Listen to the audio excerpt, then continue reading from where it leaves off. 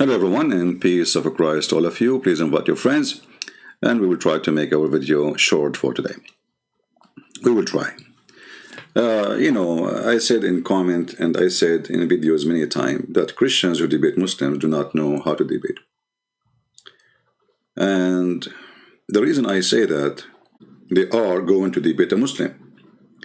And a Muslim means somebody is a believer. And a believer is an honest person. Because simply this is what people assume. You are talking to somebody, he grew a beard. Somebody he claimed that he is defending the faith. So he have faith for sure. So this is the first mistake all Christians who debate Muslims, if we can call it a debate, they do. And we will go back to this point. But you will notice something very common, that all the Muhammadan, they are desperate to talk to someone who do not know Islam and who do not know Arabic. Desperate. Turn the camera off. Did this potato dare to even speak to me? Do he dare even to let me call him? No. They ask Shabir Ali, when you are going to debate Christian Prince? When that will happen? He said, you can watch the video. He will never debate me. But Shabir Ali, he is willing to debate David Wood, he is willing to debate Anthony Roger, he is willing to debate every Christian, as long as he don't speak Arabic. And the list goes on. All those who claim to be debaters, they will not dare to get close to me. So what is the secret?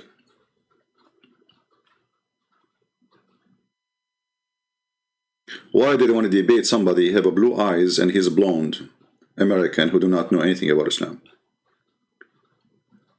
Why they are lining up to debate David Wood? Now, notice here, I'm not trying to put anyone down, but I'm stating a fact.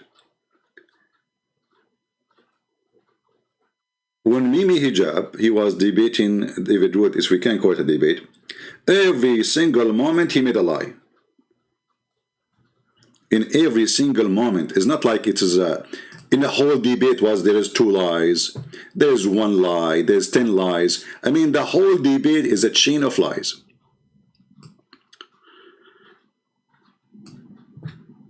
But David, he did not really do a good job getting him busted with his lies.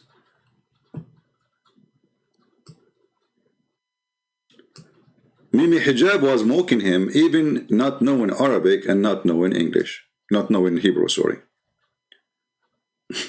And Elijah, I mean, God is with us. Not a single Jew, he don't believe in the Trinity. He don't believe in the oneness of God. But the Quran says that Jews believe in Azhar.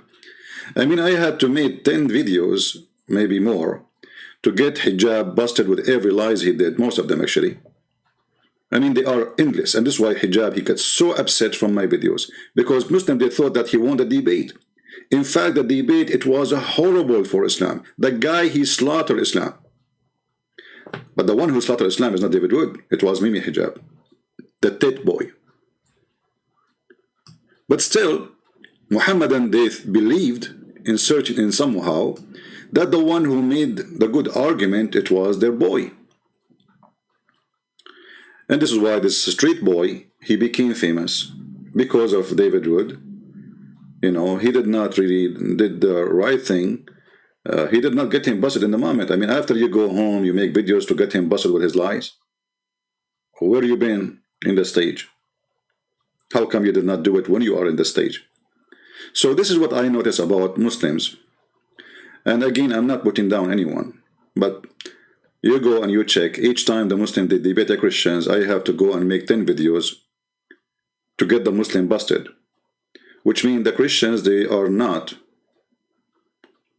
ready and occupied with knowledge, and they are not skilled in debating Muslims. The first thing when you debate a Muslim, you need to know that he is going to lie because Islam without lies dies. So you are going to be ready for a liar, not a debater. There's no debate in the debate. There's no debate. Nobody there is debating you. The stage there is full of liars, and the one who's supporting him, they are liars too. Just yesterday, we showed you the video of Zakir Naik, go watch it, saying there's nowhere in the Quran and nowhere Muslim believe that the whole earth is covered. Correct? But this is not true. Even the Quran says that the son of Noah, he took the high mountain to hide himself from the flood, but then the flood took him, which means it was higher than any mountain in this earth. And even the tafsir says it clearly that even the waves was 80 miles higher, 80 miles. And this is the Ibn Kathir, you can go watch it. We just showed it yesterday. Same as did that, he was debating a Christian in the stage, and he was saying to him, in your Bible, God, he created the sun in Wednesday, so the earth wasn't dark for 4 days, the same as Zakir Naik. They copy each other. But this is what Muhammad taught. So what is missing here that we do not know, have knowledge in the religion of Islam, and Muslims, they choose carefully, they are going to debate who. Now, why I say that Muslims avoid debating Arab Christians? Because an Arab Christian is somebody, he have no limit in how much he will know about Islam. You know what I mean? A person who is not Arab, he do not know Arabic, they will say to him, it doesn't say that, actually, I speak Arabic, and they say to me, it doesn't say that CP. I speak Arabic, and this is my first language. I'm born speaking this language, you know, since I was like, you know, the first word you use, you know, like you learn how to say mommy and daddy, whatever, you know. I mean, this is the language I learned all my life. This is the language I got my degrees in Islam with it. Yet they say Christian prince don't speak good Arabic. Or some even they say that he don't speak Arabic. What a question for all the Muhammadan and to the Christians. Why those people don't line up to debate me? Why all of them, they say, Mimi Hijab, he said to the Muslims, who you want me to debate next? Because now he felt like he have a victory with David Wood. This is how he felt. And then I made videos. I made him shish kebab with his lies. I mean, it's a joke. This guy, not only he made fun of Muhammad, he made fun of everyone who follow Muhammad. Go watch my videos about the debate with David Wood. This debate actually is priceless. That's why he don't dare. And you notice then the Muslim, they say to him, debate Christian Prince, he is making a lot of Muslims leave Islam. Did he debate me? The coward, he did not. I called more than 7 or 8 times in less than 15 minutes. He kept hanging on me, and he did not let me even speak. Hang up on him, bastard, coward, son of Muta, the tit boy.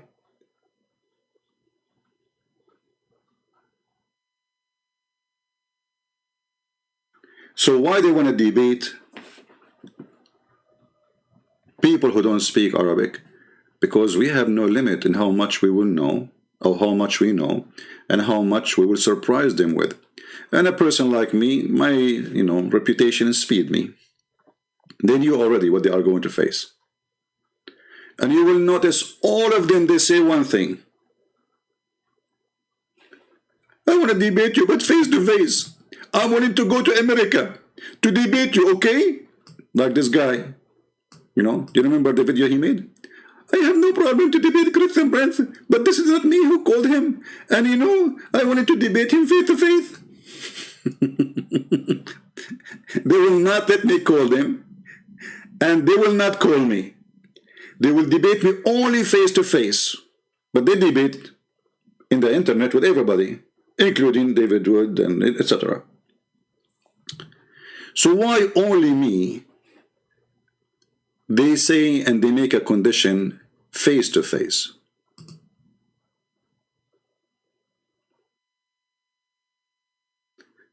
Yeah, actually, Mimi Hijab, yes. You see how filthy those people are.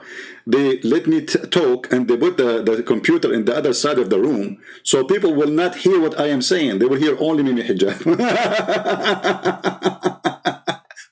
And they did not let me talk. Christian Prince, did you say Christian Prince? Christian, hold on, Christian Prince, did you say to this woman, suckle me? But this is the debate. Yes, I said to her, suckle me, because she said Jesus was playing with his mother boobs. I did not, I mean, in the video, I said to him, yes, I was quoting your stupid prophet. And then not long after, he was going around making fun of Muslim sheikhs, saying to him, can I suck your wife too, tits? And not only that, he made videos saying, a Christian sexual predator. Sexual predator, imagine. So those cowards, they have a lot of anger because of me. They have a personal anger because I made them shish kebab.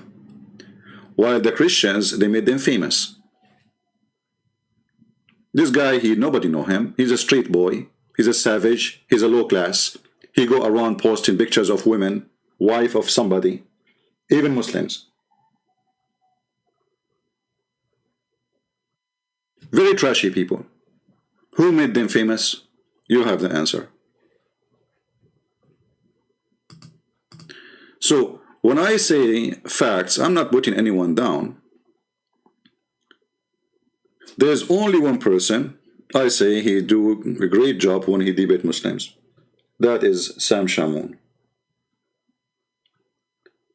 But Sam Shamoun, and this is my advice to him, he shall not accept to debate Muslims in the other channels. Because what those Christians, they do, I can show you tons of those funny debates. In order to show that they are not taking a side, they let the Muslims control the debate. There is no control for the topic, yet they claim there is a topic. So why you make a topic if there's no topic? The Muslim, he can talk about everything. He is jumping like from window to window, to branch to branch. And the moderator of the debate, which is, like, if you remember the debate between Sam and there is a guy, I forgot his name, Sheikh, I don't know if he's from Pakistan. You know, that guy, he's all over the Bible, all over the place, jumping like a monkey. And David Wood did not say a word. Stop, man, what are you talking about? Where is the word topic? And then he gave him the microphone 15, 20 minutes, talking all those things, attacking the Bible. Now Sam Shamoun, he has 5 minutes to answer. What kind of debate this debate is? So they do not know how to debate. They do not know how to run a debate. And they do not know that a Muslim is not a person who promise something and he keep his promise. They don't. For them, war is deception. And they are in war with non-Muslims. So if Sam Shamoun want to debate a Muslim, debate him in your channel. And don't do the 5-minute thing. Never. This is the, let us say, the Vaseline of a Muslim, so nobody can grab him. 5 minutes, 15 minutes for you closing. What is closing? What is this garbage? If you remember, last time we saw a debate, it was not long time ago, between Shabir Ali and Anthony Roger.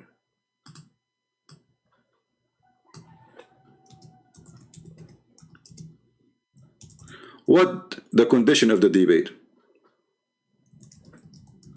Anyone remember? Quran only. Salvation. Quran only. Okay. Why in the world Anthony Roger will accept such a condition? And why we don't ask ourselves, why Shabir Ali, he don't want anything but Quran only? There is something fishy there. So by accepting only Quran, you accepted that he stripped you from 97% of the weapon you will use against Islam. So why you do that? I'm not saying he did not do a good job. You know, I mean, Anthony Roger. I'm saying, don't you know the trick? Don't you know the game? Don't you know that those people, they will never answer anything? And the funny, if you go and watch the debate, you will see that Shabir Ali, he don't want to quote his prophet in a hadith, but he want to quote a guy, his name is Anthony Quinn or Monica Lewinsky.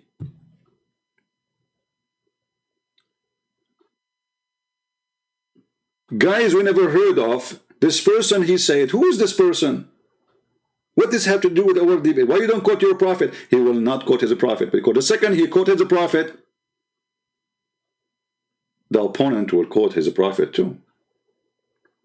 So they are very picky, and they choose carefully how they play the game. And the Christians are very, I don't want to use the word naive, I want to use the word, they are not aware that they are debating the devil himself.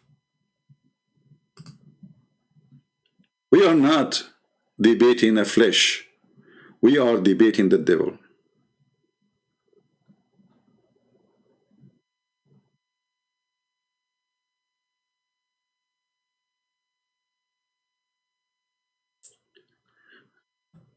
And now we go, there is a person, he says, why you say, you know, David Wood, he, you know, he did not, he's not a good debater. Well, I do not need to say it.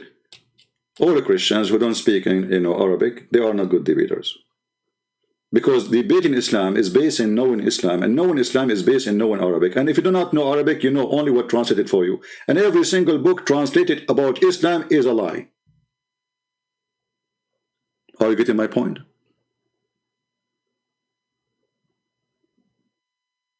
This is why, here we go, I go live almost every day. Where is those guys? Even those liars who says, Christian Prince, he hang up on people. I hang up on kids. You know, you are a sheikh. I will call me. You will see I never hang up on a sheikh. I hang up on you because you keep repeating yourself, and you are just a kid, a stupid kid. You say whatever you want. When somebody says to me, something against what I'm showing in the screen, it's in front of you. And you repeat again and again and again. Okay, there's no time, there's no need to talk no more. But if you are a sheikh, call me. And I promise the one who hang up first is the coward, and he is the loser. But they were not there to do that. Hold on, I have an offer for you. I will call you on your channel. And if you hang up on me, that's mean you are the one who lost. What about that? They will not do it.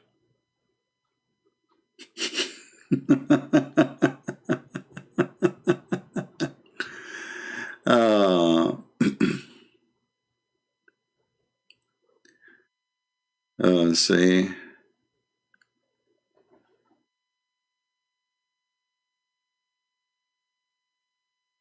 He will never dare to do so. You know, this guy is a potato. Anyway, I will make some videos about this burqa boy, you know, just for fun. I mean, this guy, every 2 seconds, he make a lie. Every 2 seconds, his videos. So, but be careful, this guy, he will flag you for copyright. He's a potato, you know, a muta boy. He have no dignity. He's not a man. So he will flag you. And he did, you know, for my video, if you remember. But remember, for me, I don't have monetizing. I don't care. I mean, and even if I lose channel, I have 1,000. But you're going to do nothing for me. Like you see this channel here? This is not even my channel. Which means, I mean, it is my channel, but it's not the official one. It's one of many channels. I lose it, I have 60-something thousand in it. Who care? After 5 minutes, I will go in different channel, and people will subscribe, and they will come. They will follow wherever I go. So don't ever think you can take me down. And I am here to stay. And you do not dare to debate me. And the proof, where are you?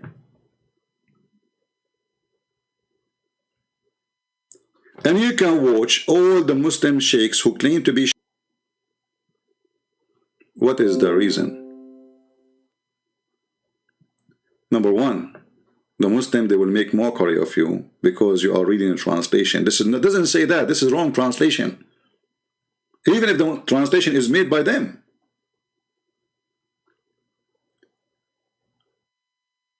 Do you remember the guy from Indonesia? What his name? Ustaz BMW? I forgot his name. Ustaz Insan. BMW guy, you know. I will give the Christian Prince 5 BMW if he can answer those questions. Are you sure? Like, why you don't let me call you and let us see if I can answer them or not? And then we use his translation in his videos, and we get him busted from his own translation in his screen.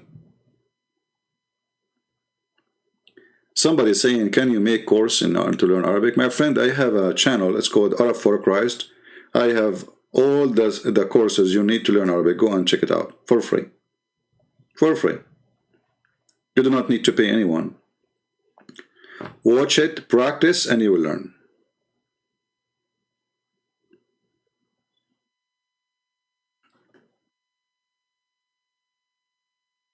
So, if we go right now and ask the Muslims, the Muhammadan, what is the translation you accept for the Quran? Here we go. You know, we have Muslims here. Hey Muslims, what is the translation you accept for the Quran? You will find they will say none. Like what? None? Why? Why, brother? Because if they say we accept any, then we will get them busted. So the only way is to avoid it, to say we don't accept. Okay, what about, forget about translation, I speak Arabic now. Can you play with it? When a stupid God, he say in the beginning of his book, in the name of Allah, the most gracious, most merciful. How in the word Allah he says such a thing? Isn't it him Allah? And then Allah he says, praise be to Allah. Is that the correct translation? Hey Muslims, is that the correct translation? That Allah he says, praise be to Allah.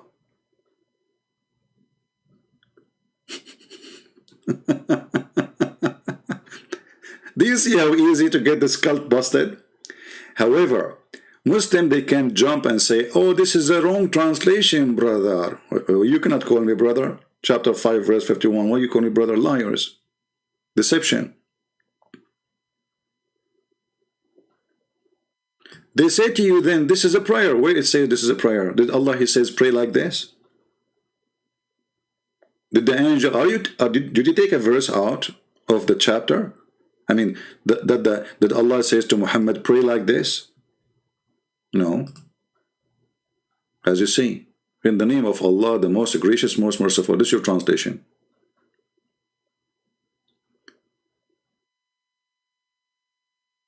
And then this Allah, he says, show us the straight way. Who's the one talking? Is it the Abdul? They say nobody can make Quran like Allah. So who's talking there? If Allah is talking, why in the world he is saying, show us the straight way? Who is the one says, thee we do worship? Allah saying that?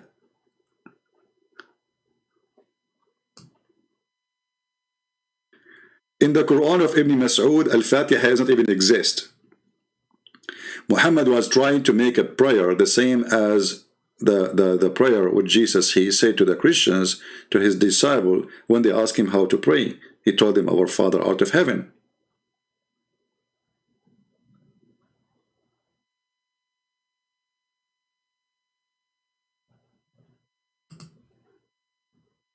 Right?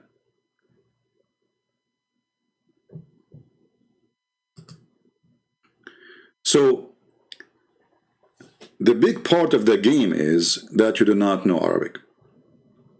And I know Arabic, and then they make videos 100 something saying Christian Prince lies. But they don't dare to call me to speak about one of them. Did you notice? They don't dare to call me, and they don't dare to let me call them to speak about any of the lies they say I'm lying.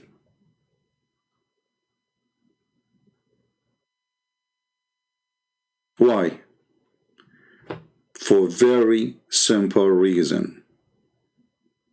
I am an Arab, and I have knowledge of all the laundry of Muhammad.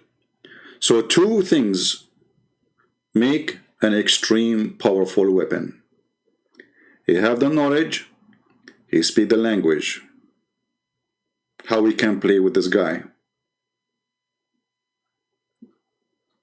Do you notice? Now there is something else additional to this. You see, debate is not just a person have knowledge, and not only a person who speak Arabic. It's a gift. You have to be very fast thinking person, connect the dots together. What you will notice that what people do when they debate, They are reading a format in front of them in their computer or a paper in the table. So obviously this is not a debate. What about you, both of you? Post for us in the internet what you wrote there, and we do not need to watch it, we read it. You know what I mean? Both of them, they are reading something they wrote 2-3 weeks before the debate. So what is the debate? A debate is something have to do with the crossfire. And let me tell you something. As long there's no harsh argument, that means there's no debate.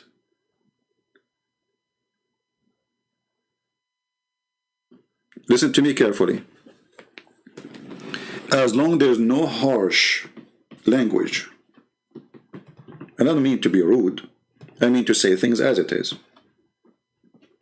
It means there's no debaters, and both are practicing something very well known called I'm being politically correct.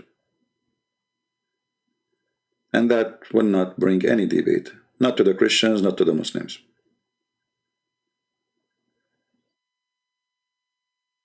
It's just a showtime.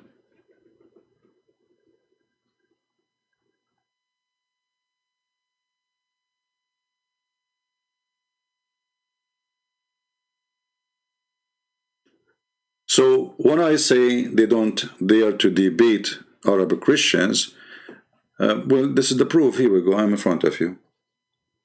Who is going to schedule for me a debate, not face to face as the claim? You see, this is the excuse. I will debate him face to face because they knew I go nowhere to debate anyone. I sit in here wearing my short.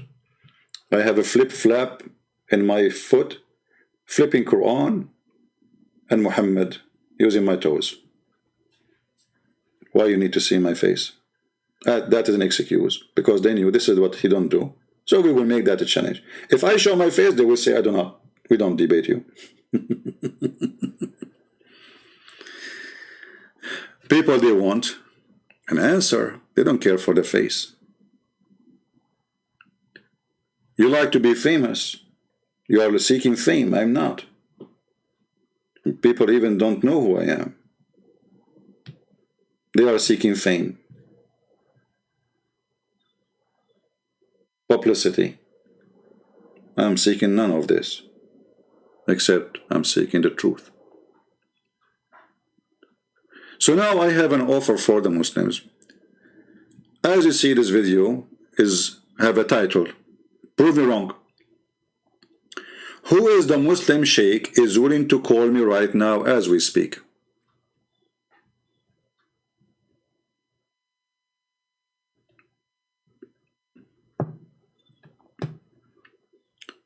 Who is a Muslim sheikh? He dare to debate me now. I'm not going to choose the topic. You choose it. Look how good the offer is.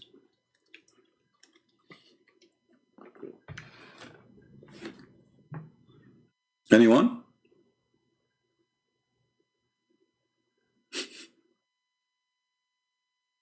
They don't dare.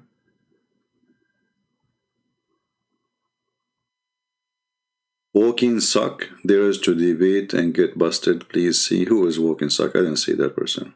And why his name is like that? I mean, even the name doesn't sound like a kid.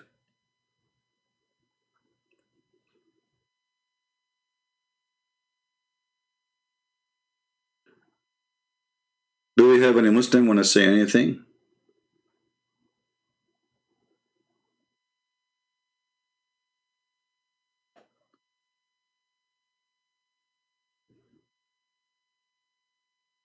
Anyone? His name is Sheikh Sock. Sokok? So, what is that? How is a sheikh?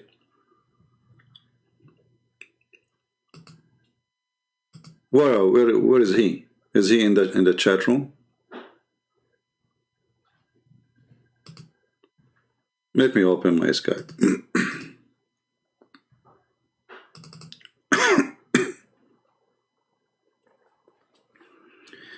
Hey, Mr. Socks. I don't know what's your name, my friend.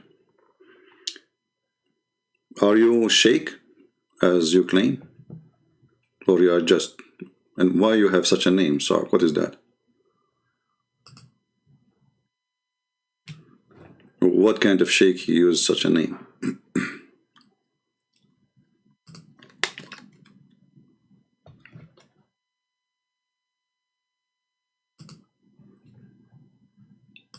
Are you there?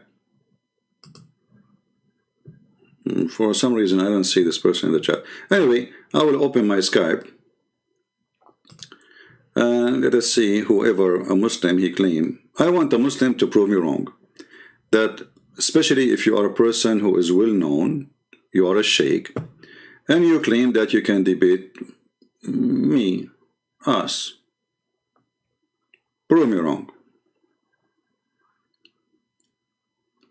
If the person who is making the challenge is someone who knows nothing about Islam, or let us say an American person, they will be lining up here to debate the person.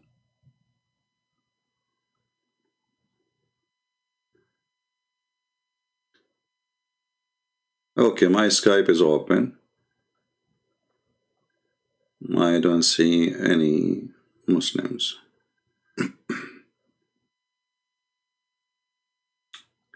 If you are a Muslim and you claim to have knowledge, text me in Skype right now and I will call you immediately.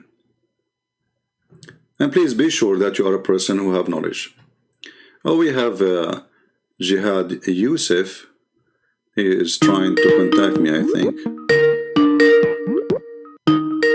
Okay, we have a Muslim, I guess. Hello?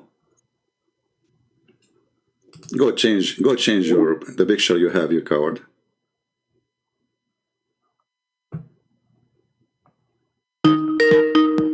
Change the picture you have on your screen. A person who give a finger in his thumb is not a person to talk to. Obviously, you're a trashy person. Do we have any Muslim? We have in the thumb, we have a picture of a giving finger. Go play with your finger. Do we have any Muslim he dare to call us?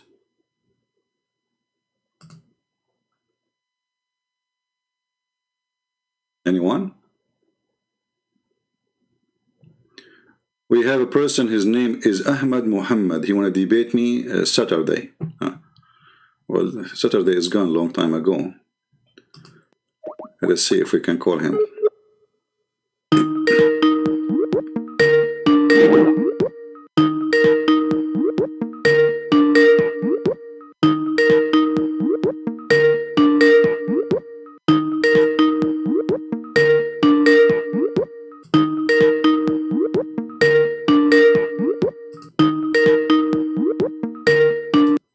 Okay, Mr. Ahmed Muhammad is not answering. Let us see. Next.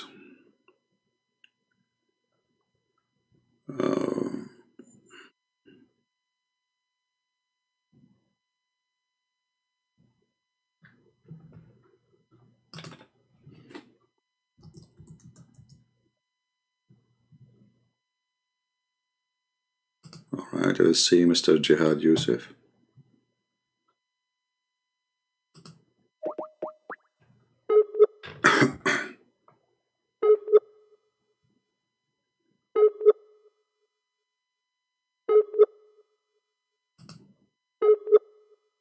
No connection.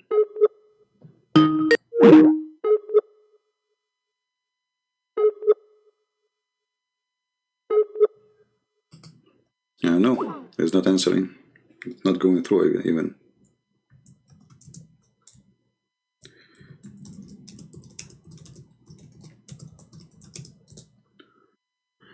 So do we have any Muslim?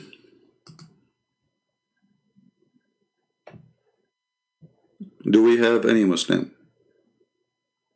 Open challenge. Who is a Muslim? He think. Hello?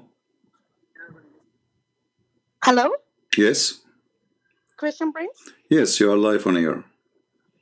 Okay, well, I'm live here too, and I just want to call you to tell you my experience and that I was Muslim. Okay. And I want everyone to know what I discovered to Islam. So first of all, I want to say that I converted to Islam. I come from a very, very broken family. Okay. I was a college student, and I became homeless. Right. It happened that in my university there was a big Muslim community. They talk nice to me. They sugarcoat things like usual, and I decided to convert because I said, okay, well, they're really nice. These are the only nice people that I've been around with, and I see that whatever they tell me, I was thinking it makes sense because they were saying, oh, we believe in Jesus Christ, and if we love Jesus, we respect Jesus, and Islam is a religion of peace, Mm-hmm. right? So I took Shahada. I want to admit publicly that I took it without me having zero understanding what is Islam. I just went outside and jumped and said, okay, I say the Shahada. Mm-hmm. Throughout time, I noticed that when I became Muslim, everyone was very nice to me. Everyone wanted me to pray for them. Everyone was trying to help me. Everyone, and from it was all sugars and rainbows until I started, praying at the mosque. People will come and fix my hands during salat Mm-hmm. and say, "No, you're praying wrong," or what, or watching how every step I make, or the clothes I wear, and it was so uncomfortable at the beginning, right? Later on, um, I decided. Well, one of my friends, she hosts me in her house, but and her mom is Islamic scholar. She's a Islamic scholar, and not scholar. Sorry, it's more like Islamic school professor. Mm-hmm. So, and that she's from the Middle East, right? But I never, as I say, I never had any experience or contact with any Muslim people. So they taught me Islam, but the way that they taught me Islam was very, very aggressive. I didn't. I'm from Latin America. Mm-hmm. I want to say I'm Latina. And in my culture, of course, it's very natural to shake hands, to greet by kiss. So eh, they told me, they stopped me, and it's like, no, that's wrong. And I felt really bad. So how is that wrong? But they would just point me out things that I was doing wrong without telling me the reason. And I would feel bad because how can this is when I started to question things because I said, how can just a simple handshake gesture will arouse any attraction between the opposite gender, right? Mm-hmm. Even for job interview, no, you cannot. I ask. There's a lot of Muslim scholars who come to my university and do Holocaust and teach Islam. And I ask, okay, so how is it wrong to shake hands if you don't have a bad intention? And they told me an answer, like a solid answer. So from there on, What what things what was the started. what was the answer? Oh, they said, oh, it's because we don't mix with the other gender. I said, but why? Is that because Allah knows best, and we know we're not supposed to be with them because we can you don't know each other's heart, so it can arouse attraction. But if you think about it, how can just shaking hands arise attraction to another person? Like I'm just greeting the person, right? Mm-hmm. So from there on, I started like getting like a bad feeling, but I didn't listen to my gut, so I just went on. I just went on and tried to learn. I actually was really trying very hard to learn Islam, to pray, to memorize Quran, and to understand what Islam was because everyone around my environment was very religious, very very religious, and I wanted to be that way, like and uh, for For example, they would tell me you have to memorize Quran because when you die, they're gonna ask you who's your prophet, what you believe on. They're gonna tell me to recite the Shahada, and they told me to that I have to memorize Quran. And then I started asking myself, well, how am I gonna memorize something I can barely understand? But like sometimes I will do something and question myself. But as I said, I didn't follow my gut this time. until I actually started reading the Quran. And when I started reading the Quran, I got very, very shocked because I say, why? Like, is this really true? So I went and I asked many sheikhs, many scholars about that, and they would say that, oh, you're not understanding Arabic. You need to understand the context. You need to learn Arabic because it's classic Fusha Arabic. But I want to ask you, Christian friend, something. How can people teach Islam or want to do? Um, they want to do dawah on not on converts if they say that Arabic is a really high level language that no one can understand. How can they try to teach something that is high level to people that barely can speak Arabic? That's my question. Well, you know what they said partly is true. Nobody can understand. The Quran is a very stupid book, you know. So if we give the Muslims a verse in the Quran and we ask them what this verse means, you will see they have 1,000 interpretation, if not a million. So how a language which is sent by Allah to guide us, they themselves cannot understand and they cannot have the same interpretation for, you know, what is the message there. So the Quran is a very stupid book made by a very stupid writer, and because of that doesn't make sense. Actually, if I go to the comment, there's a Muslim, he posted in the comment, let me see if I can find it in the previous video. He said, how you say in the chapter of Mary, chapter 19, he said, how you say that the Quran is not connected, you know, doesn't make sense. The verse before and the verse after have nothing to do with it. So he mentioned that the verse of the chapter of Mary as an example, all of it is about Mary. But is it true? If we go right now to the chapter of Mary, we will find that the part about Mary is just little. The most of the part have nothing to do with Mary. You know, here we go. This is about Mary. This is about Mary. This is about Mary. No, you know. And then what is this? This is about Mary. This is about Mary. This is about no. And then here he speaks a little bit about Mary, and then he starts speaking about things have nothing to do with Mary and have nothing to do with the teaching of Christ. You know, like who is the one is, you know, who is the one is talking here? So in the Quran there is no connection between verses, and there is no connection between a verse and the one after it. You know, here talking about Mary. Okay, here we jump to Moses, and then we jump to Aaron. Why? Because Muhammad, he think that Aaron is the uncle of Isa, and who is Isa? We do not even know who is this name. So the Quran is a very stupid book, and this is why the Muslim, they try to fix the Quran. So when the Quran says he found the sun set in murky water, the Muslim, they have to add words to the verse in order to fix it. So they say it appeared to Alexander the Great that the sun set in murky, but Allah never said it appeared to him. He said he found it. So in order to fix stupidity, they have to fix the language, and they have to add words. So how the Quran is an amazing book, high level of language, when the Quran is given wrong meaning and wrong purpose of it. You know what I mean?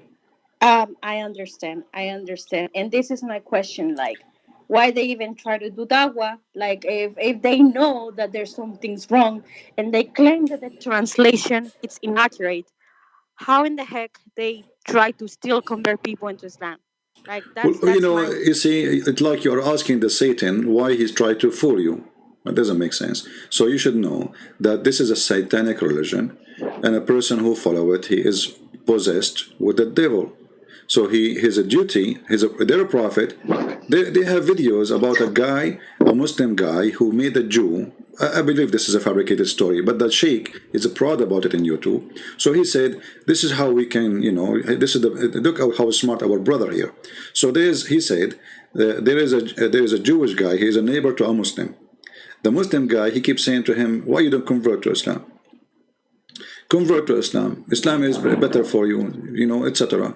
So the Jewish guy, he said, you know what, I don't really mind converting to Islam, but I like to smoke and I like to drink. The Muslim guy said to him, who told you you cannot do smoke and drink? You can. The Jewish guy, he said, really? He said, yeah, just say Shahada. Say Shahada.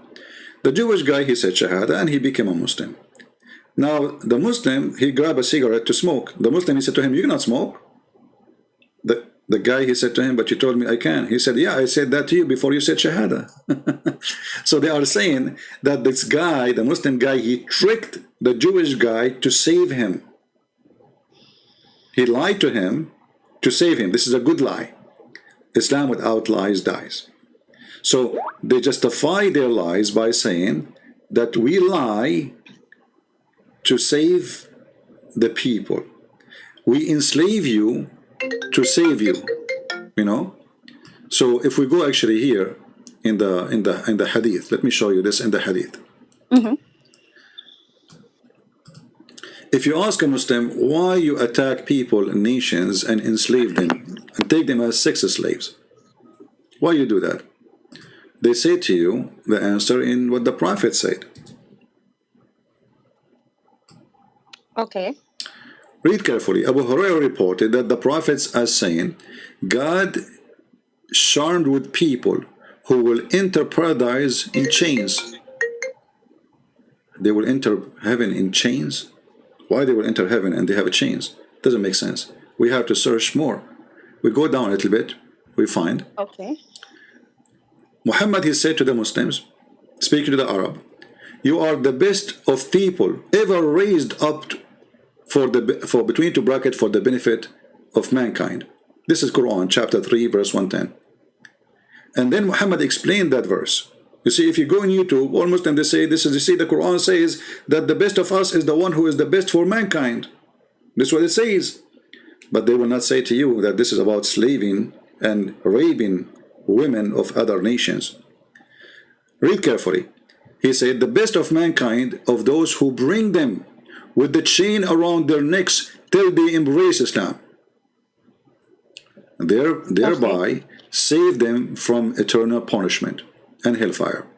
So Muhammad, he told the Muslims that enslaving others is a duty of charity.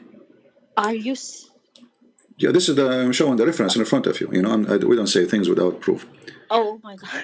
Yeah. So okay, this is just make it even worse. Yeah. So those Muslims, because now you don't live in the land of Islam, they are not raping you and they are not taking you as a slave. But if you are, if Al Qaeda control, let's say you are a Mexican, I don't know where are you from, but let's say you are a Mexican and the Muslims took over Mexico and they will practice a true Islam. And they invade your country, they can take you and rape you, and this is the Quran proving that all over.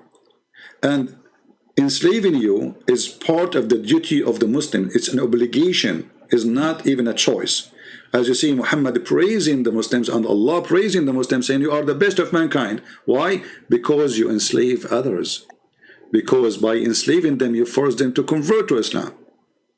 And by the way, even those who convert to Islam, Muhammad, he refused to free them, most of them. As an example, Bilal, he was a slave of Muhammad, and Muhammad did not free him. Muhammad, he died, and still Bilal is a slave.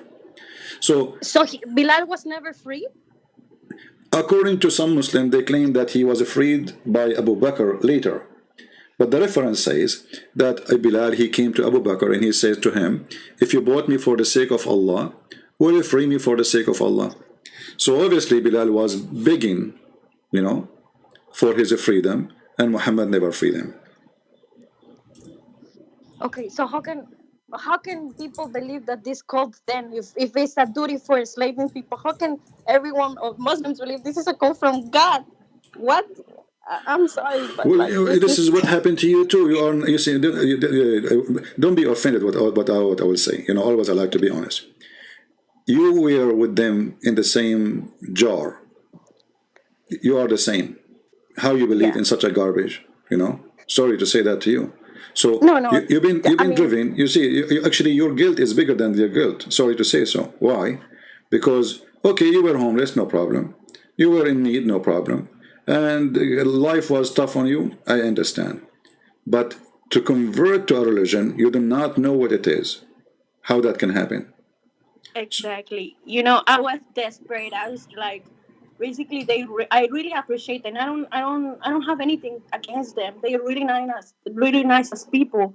But my concern is these things, like just like something like this, like you mentioned, when I saw that Aisha got married with the prophet, and the prophet was really old, like he was 55 or 56, not sure how, and she was a little girl. If I'm not mistaken, there's even a hadith that says that she was still playing with her dolls. Yes. That's disturbing, Yeah. really disturbing to think about that. And then my friends and other scholars, they excuse themselves saying, oh, but at that time the girls are already mature, they ready for marriage. Those are other times. Those are she was already old, she was like, her body was developed because she's in the desert, it's really hot environment. Uh huh. I mean, I'm sorry, but I don't know, like that's in that point I said, all right, there's something wrong, you know. You see, first of all, the claim of she is in the desert. Well, now we have girls who live in the desert in Saudi Arabia, and they are 6 years old. They are the same as a girl who live in New York. They are still little girls. So this is a lie, and nothing changed. Actually, now isn't it they say there's a global warming, which means now it's more hot. So girls, they have like, are we talking about eggplant, and the eggplant will grow faster in a warm area? That is a stupid statement. This is a human being. He have stages. He grow old by days, not by being exposed to the sunlight. We are not plants. So this is a false answer for a false cult to protect a predator, sexual predator for children. And until now, according to Islam, there's no age limit for how Muslim he can marry. Actually, you can watch my videos. It's in YouTube. Search for sex with infant debate with infant. The Muslims in their book, they says that it's forbidden for a Muslim to have intercourse with an infant. It's forbidden. However, he can, excuse my language, he can put his private part between her legs, but he don't enter. Infant, What? 1 day old. Go watch the debate. Go watch it. It's in YouTube. Just search for it. Of course. And the Muslim he was debating, and we are showing the reference in the screen, and we can show it right now. So this is an extreme, bad, ugly, disgusting cult. And the only way to defend this cult is to lie. And now they have articles saying that Aisha, she was 18. But all of us, we know that Aisha, when Muhammad died, she was going through 18. She's not 18 yet. So Muhammad, he married Aisha after he died. So in order to avoid the problem, they start making false article about the age of Aisha. But Aisha herself, I mean, look at this. Isn't Aisha saying I was 6 years old? She is the wife. She is the one who was with the Muhammad. So she was 6 years old. She became a wife. According to Aisha, by the age of 9, he did intercourse. But between 6 and 9, he was molesting her. This is how bad this man is. He's a criminal. I'm sorry, but like it's even more even disturbing about listening to this. I mean, but yeah, and I want to continue. All right. Thank you so much for your reference, and thank you. No, like I want to say that yes, I was stupid, and I admitted of joining something without further research. But when people is vulnerable, they believe on anything and everything, or they like any slight spark of hope. They go for it, Mm-hmm. right? And thank God, I did well. Like I ended up finding a job after I graduated with my engineering degree, Mm-hmm. and everything went well. Thank God. But um, in the process of me, like when I still had those questions, I I met someone, and we decided to get married. He's from the Middle East, right? Mm-hmm. Mm-hmm. Where we got married and everything. I was still a Muslim. And this time I want to say I was still a Muslim. And he actually decided, he say, oh my God, I love you, and it's better for me to marry you because I wanted to marry a girl to convert her to Islam, but it's even easier because you're already Muslim. So I guess he liked the idea of me being a convert to Islam, so he could teach me Islam. I don't know, Mm-hmm. but so we got married and everything, and here I am. I'm still married to him, but I had an accident, and we had a very very bad accident, and in that accident, he got really bad, and I also got really hurt, and And I was I don't know what happened. So something changed my life inside of there, and I thought that I was really gonna die, and I really thought that it was the end for me. And all of a sudden, I say no. I I I I turned myself. I don't know how, but I turned myself back to Jesus again, to Jesus Christ. And I say, please, I give my life to you. Like I really don't want to die, and I hope that nothing happens to him, to my husband. And can you believe that after I prayed that, like I got better, we got better, and he got out of he was in an intensive care, and he got out of intensive care. Okay. So I prayed to Jesus, and I say, what is going on, and he felt also he fell out of status in his visa because he's from obviously the Middle East. And the lawyer told me I went, and he told me he violated the conditions. It's most likely that he will get deported. And again, I went, I turned myself to Jesus, and I said, please, please don't take him away from me. Well, even though he's Muslim, but I put his life in your hands, and I put my life in your hands. But please make our situation better. From there on, I felt a very, very peace in my heart, in my head, because I want to tell you this. Even when I was Muslim, I'll pray 10,000 rakats. I'll pray at night. I'll go to the mosque, and I was still feeling disturbed in my soul. I was not feeling in peace. I wasn't feeling calm. There was something missing in my life. I had no peace whatsoever, Christian Prince. But after the accident happened, and after I prayed, believe me, that peace came back. And I want to tell you that my husband, by the grace of Jesus Christ, he has now a permanent resident card. In the interview, like he didn't know, like the interview went bad, but I stay up praying and reading the Bible before the interview. And the same day, even though the interview went like crap, but we got approved. And he told me, how did this even happen? How this even happen? But I can tell you that me putting my life and my hands in Jesus Christ was the best thing that I could ever do. I was blind. I didn't have any peace. But after I started watching your videos, Apostate Prophet and David Woods, I start having a much clearer understanding of what I got myself into. And today I regret deeply of having putting myself in the situation. But I think that everything happens for a reason.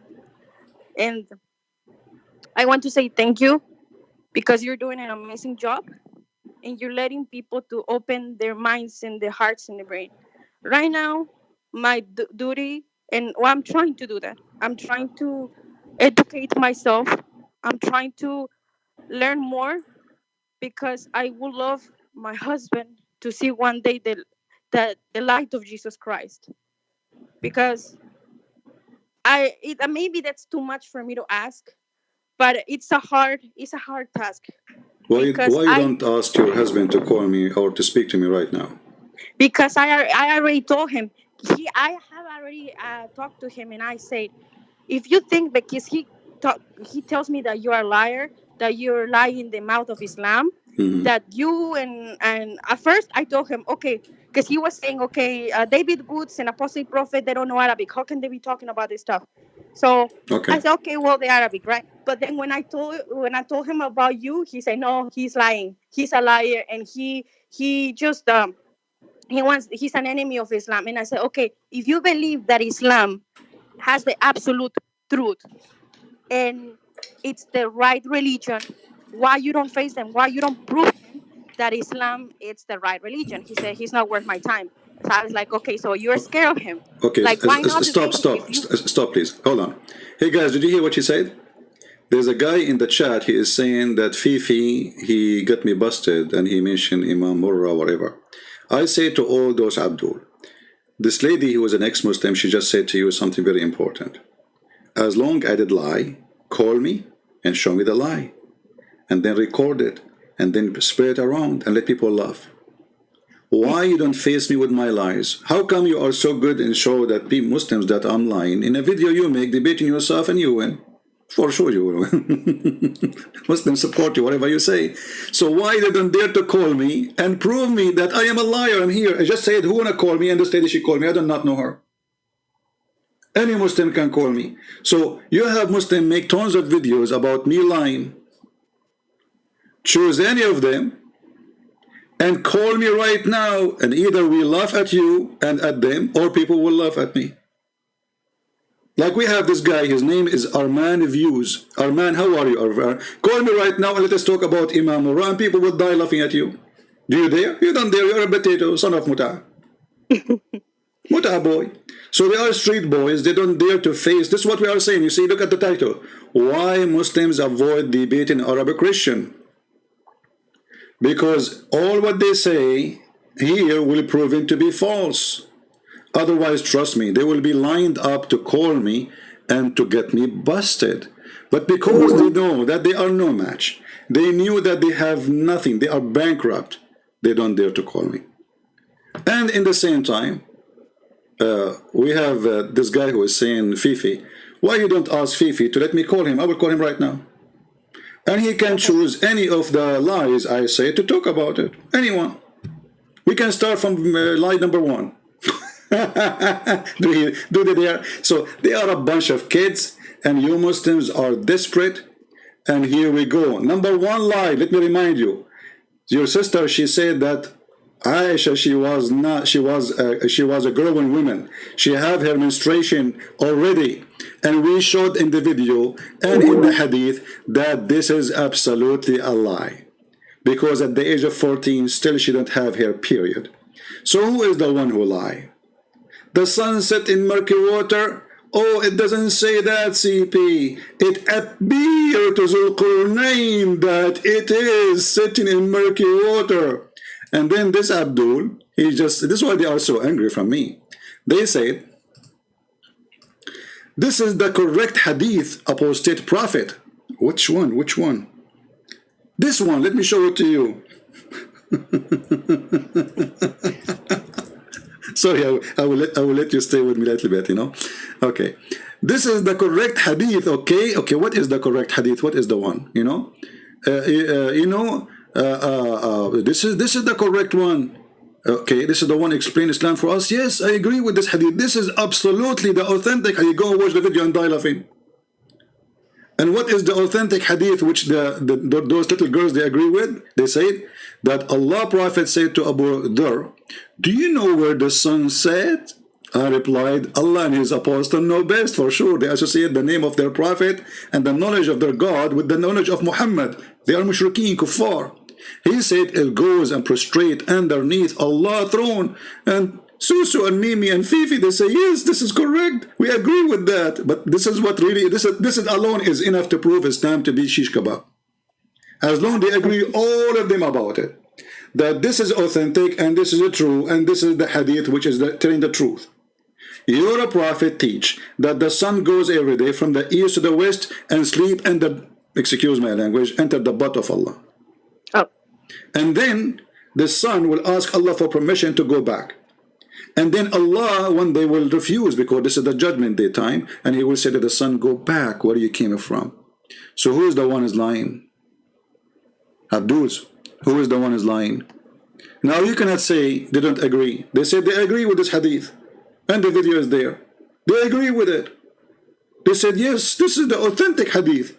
Here the Prophet, peace be upon him, he respond to you. He respond to us? Absolutely. I want to ask Go ahead, lady. Go ahead, sorry. Huh? So I was making the comparison of Muhammad, right? My understanding is that he's a caravan rover. He had multiple wives. He was asking for zakat. Not zakat, sorry. Jizya. And these characteristics, if you think about it, he killed people that went against him. Okay, if you think about it, these characteristics, I put it. I put Muhammad, and then I compare it uh to a cartel leader. That's what they do. They like Yeah, women. exactly, They exactly. go against whoever that kills them. And in Latin American countries, what they do is they ask for to business for tax protection money. Right. This is And Islam. if you don't give it to him, you kill them. So that's what a cartel leader does, right? Actually, the mafia, the word A mafia, mafia. So a the, mafia, the word cartel leader, mafia is whatever coming you from want to put. Islam. The word mafia, maybe you do not know. When the Muslims occupy part of Europe and they withdraw when they lost the war, then the criminals, they took over the business of the Muslims. So they come to the stores and they say, the same you used to pay to the Muslims, you have to pay us to protect you. The Muslims, they force you to pay, otherwise pay or die. So the mafia started with Islam. Even the word mafia is an Islamic. The word assassination is coming from Islam. This is coming from the word from the person. His name is Hassan al-Hashash. He's a person who built a castle, and he give drugs to the Muslims, and then he sent them. He sent a letter to the princes or rich people saying, "Pay me or die." And if you don't pay him, he will send one of his elected to assassinate the person because he refused to pay. This is exactly Islam today. Islam today, convert or you die. We will send you a person to stab you. Just yesterday, a Somalian person, he stabbed 4 Italian women and a child. He is 6 years old. Go search the news. So this is Islam. Islam is a religion of assassination. It is a cult. It is about sex. And if we ask Muslims and those who are proud about their prophet, if we go in the Quran right now, we will find that Allah, He made a chapter or a verse in the Quran about the private part of Muhammad and how to make him happy. And this is only a privilege to the Prophet. And what is the privilege saying? That Muhammad, he can sleep with all those women. In the top of that, any woman she can offer herself to the Prophet to sleep with them. What does this have to do with God? A person already have tons of wives and he have tons of sex slaves. Why he need women to offer themselves? And those women, if we go and read the interpretation, it says that if a prophet, his eyes fall into a woman, and even if she is married, her husband must divorce her immediately. What kind of a prophet this prophet is if his eyes fall into a woman? Like now you are married to this Muslim guy, right? Mm-hmm. So if Muhammad come to your house and he like you, your husband must divorce you so the prophet he can have you. And trust me, your husband he What will. the? Don't say bad words, please. I'm sorry. And Sorry. your Go, and but your husband he will do it happily. He will do it happily. And tell your husband, what about you call this guy and ask him to challenge him to show us what he just said about if Muhammad he saw me, you have to divorce me so he can have me. Tell him why you don't dare. Just ask him. Show us on the screen. Don't debate. Don't debate the guy. Tell him, I challenge you to show me that the prophet Islam teach that, and the prophet he do that. Actually, he did that to his own son. He oh went my to the God. son, that's his own son. He flirted with the wife, and all of this is in their books. Every single word we just said, it is in their books, and any Muslim can call me and prove it wrong. I will give you a few minutes to finish your story, Okay. my Okay. friend, and Thank you we so continue. much. And Okay, I'm sorry. I didn't mean to curse. It's just that it's all right. I was very shocked to see. I mean, honestly, like it's horrendous. Like I have no even words to say it, but like how can like that how can that even be called a religion? Like how can I'm sorry, but like any Muslim is willing to give their wives to the husband just because he says so? Please tell me where is the spirituality, the God part in there? That's not. Oh my God! I'm sorry, Christian. Please, Well, I'm even you more know what? mad. I will do something. I will send you a link in Arabic, and I want you to tell him. Can you read it for me? Please send that to me, please. Yeah. Tell him. Are you proud about your prophet? And by the way, you do not need him to translate because you can use Google Translation. You know what I mean? You do not need him Okay. because if he tried to lie to you and says it doesn't say that, get him busted. Say, hey, listen. Let us use Google Translation, and this is your official website. I can give it to you. Actually, let me give it to you from the official government website of the Kingdom of Saudi Arabia. So he will not say, oh, this is a website, anyone can make a website. This is government website. Let us go there. Here we go. This is the official government website of the Kingdom of Saudi Arabia, and this is the link. I will give it to you in Skype.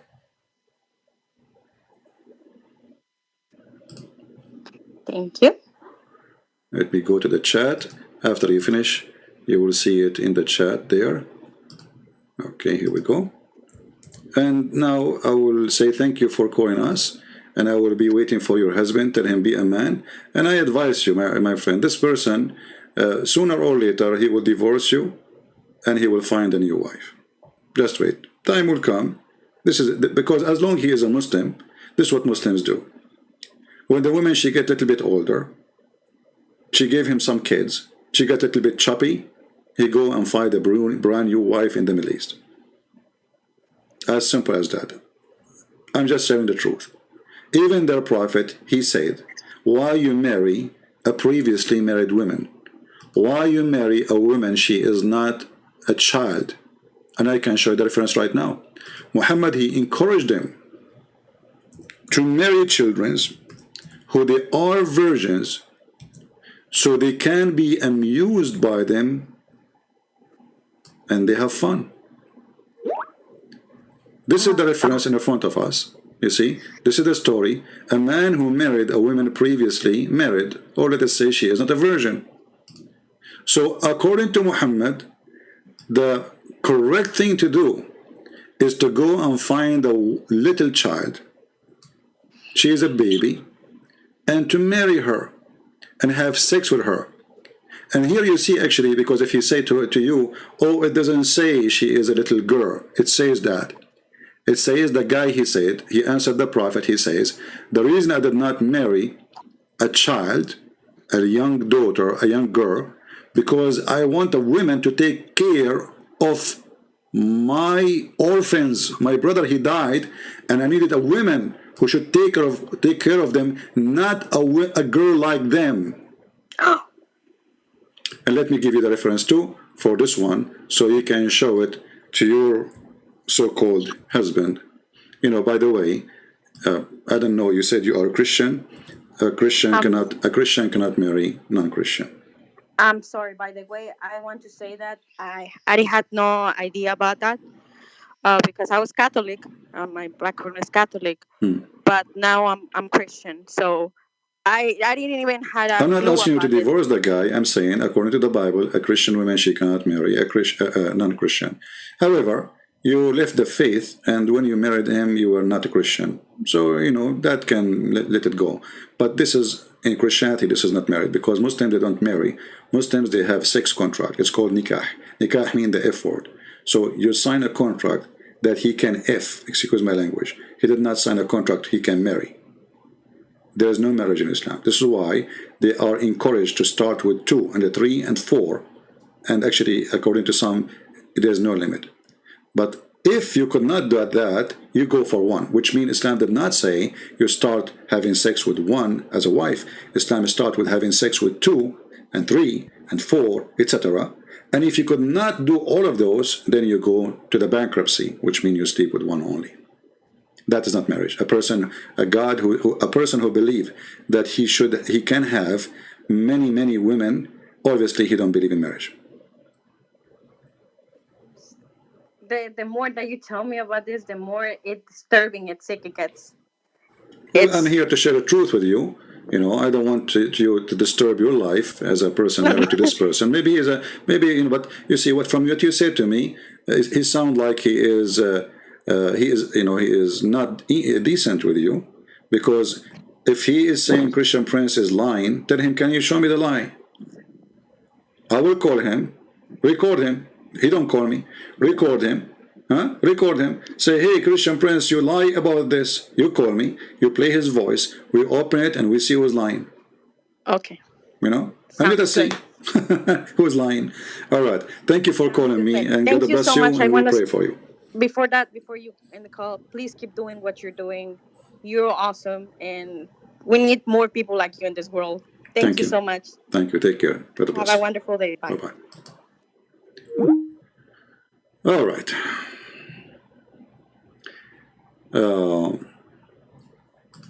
Anyone who speaks against Islam, he is a liar. Zakir Naik saying the earth was not covered by water is not a liar. But the Quran says so. The interpretation says so. Christian Prince, he said that the Prophet, if his eyes fall into a woman, her husband must divorce her. This is not me saying that. This is Tafsir al-Qurtubi. This is your Islamic website, Government of Saudi Arabia. I did not say that. This is your book.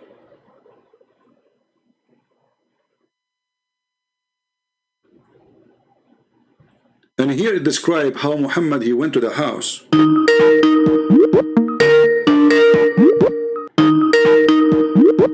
Yeah, I think this is a fake Muslim. Hello?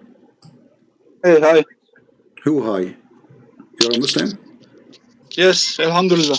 Hey, why are Muslims saying hi? You say Assalamu alaikum. You are not a Muslim. So you cannot say Assalamu alaikum to non-Muslim, correct? You have to greet me first. No, I don't have to. Okay, let me greet you. You are stupid. According to my religion, you have to. But I have to say something. No. You know, according to your religion, but you cannot do it. And here we go. I just told you that you are stupid because you cannot force me to greet you. You are the one, and you are the one, and you are the one who greeted me. You forgot that you said hi. You stupid. So you are the one. You said according to your religion, I have to greet you. But you call me and you said hi. So who is the stupid here?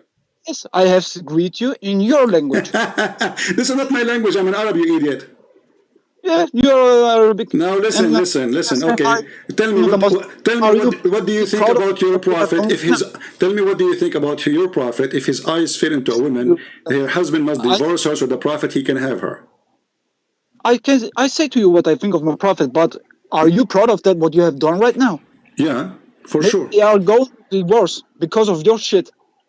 But I'm what? Maybe they go and divorce his man because of your shit. Well, she is not married. Are you proud of that? Is she married? She's married, yeah. No, she has married. A boyfriend. She is married. She is married. No, my friend. Listen, according to the Bible, a woman she is married to non-Christian. She is not married.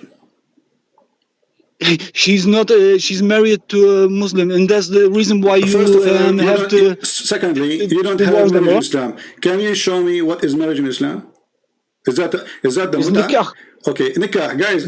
Okay, the guy he said nikah. Let us see what nikah mean. Nikah is in marriage by us. It's the contract. All right. We see. Let me ask you then. According to the Quran, hold on. According to the Quran, we let us focus on the word nikah. According to the Quran, that shaitan he have a children. Give me your word. I give you the answer of that. But I'm asking. No, don't talk.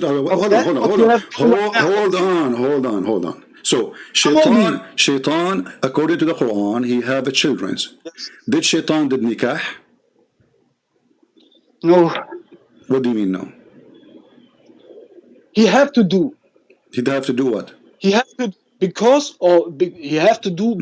God is Almighty and He need His license. Well, hold on. Shaitan, he have to do nikah. Christian Prince, I have to say you something. I am not. My mother language is not English, but I try my best. First of all, I want to say something else. Don't change the topic. Focus with me. Abdul, focus with me. Shaitan, did shaitan did nikah? Don't change the topic. You just say that. Did shaitan did nikah? Did shaitan? Yeah, no, there's no 10 seconds. There's no 10 seconds because you want to change the topic. I know Muslims. I know their games. We will finish with this one. We finish this with one. You are the one who opened the topic. Stay with it until we finish it. So Abdul, listen. Did shaitan did nikah? Did shaitan did nikah? Maybe he don't have, but he have to. He have to what? He have to do a nikah. What do you mean? Shaitan get married? You said nikah mean marriage, correct? Everybody heard you. Nikah is a contract. Okay, but does it mean marriage or contract? It's a contract. So it's not marriage. Is a marriage by us, but No, hold on. it is I law. asked you, is it marriage or contract? You said it's a contract, so it's not marriage. Is it marriage or contract? It is an Islamic marriage. So it is marriage? In Islamic law, okay. yes. So when Shaitan, he did nikah, did he marry someone? Maybe yes. Maybe yes. You said English is not your first language. Does that mean that your language is Arabic? This is not my mother language, but I will do my best. Okay. I think my English is well enough. Okay, but you speak Arabic, right? I speak the surahs, the verses, and anything else. Well, here we go. This is Tafsir al-Qurtubi, and this is your official government website of the Kingdom of Jordan. It says that Shaitan, he did nikah to himself. Do you want to know what I think about the tafsirs and? Yeah, I don't. What do you think about tafsir? What do you think? Tell me. What do you think about tafsir? I think not only on the tafsirs, on the hadiths too. I think people have took what they want, and Shaitan had played games and took what he wants to distract the people, etc. Also, the same with the Bible. So you are saying now that all the hadith are made by Shaitan? Not all. Which ones are not made by Shaitan? Do you know? So any hadith you don't like, any tafsir you don't like is so this website now, and this is al-Qurtubi, he's a satanic person. So what about Ibn Kathir? He's satanic too? What about al-Tabari? What about al-Jalalain? What about Ibn Abbas? All of them are satanic? Hello? Are you there? Yeah, I'm here. You are there. I'm not there. I'm here. You are there. Okay. So listen. Yes. So when Mr. Here and there, listen. So when Al-Qurtubi says, that Allah, He created for the Shaitan a penis in the right thigh and a vagina in the left thigh, and then he do nikah by this to that. Why you lie to me and you say nikah mean marriage? The right eye? Have you said in the right eye? Thigh, in his leg, the top of his leg. So Allah created for him a penis in the right thigh and a vagina in the left thigh. So then, for who? To Shaitan, to Iblis. Maybe he's okay, and then he do nikah. So how you Muslim, you lie, you say the word nikah mean marriage if Shaitan, if in himself, did he marry his leg? Is that marriage? I have said what it means. I have said to you what it means. What does it mean? I have said to you, in Islamic law, this is a marriage, but it is not a marriage in, if you like a American marriage or a German marriage or what kind of marriage it is? So is it like, can you marry a woman for 3 days in Islam? Yes. Okay, so is that a marriage or sex contract? It is a sex contract. Okay, so why you call it marriage? Because we have to do it, otherwise it is sin. What do you mean you have to do it? So a guy, he go to the bar, he find a hooker, he have to do it because he's horny. So you are saying to me that Islam legalized prostitution, and all Muslims, when they do sleep with women, they call it marriage, but it is prostitution. Without the nikah, it is sin. No, but you just said you can.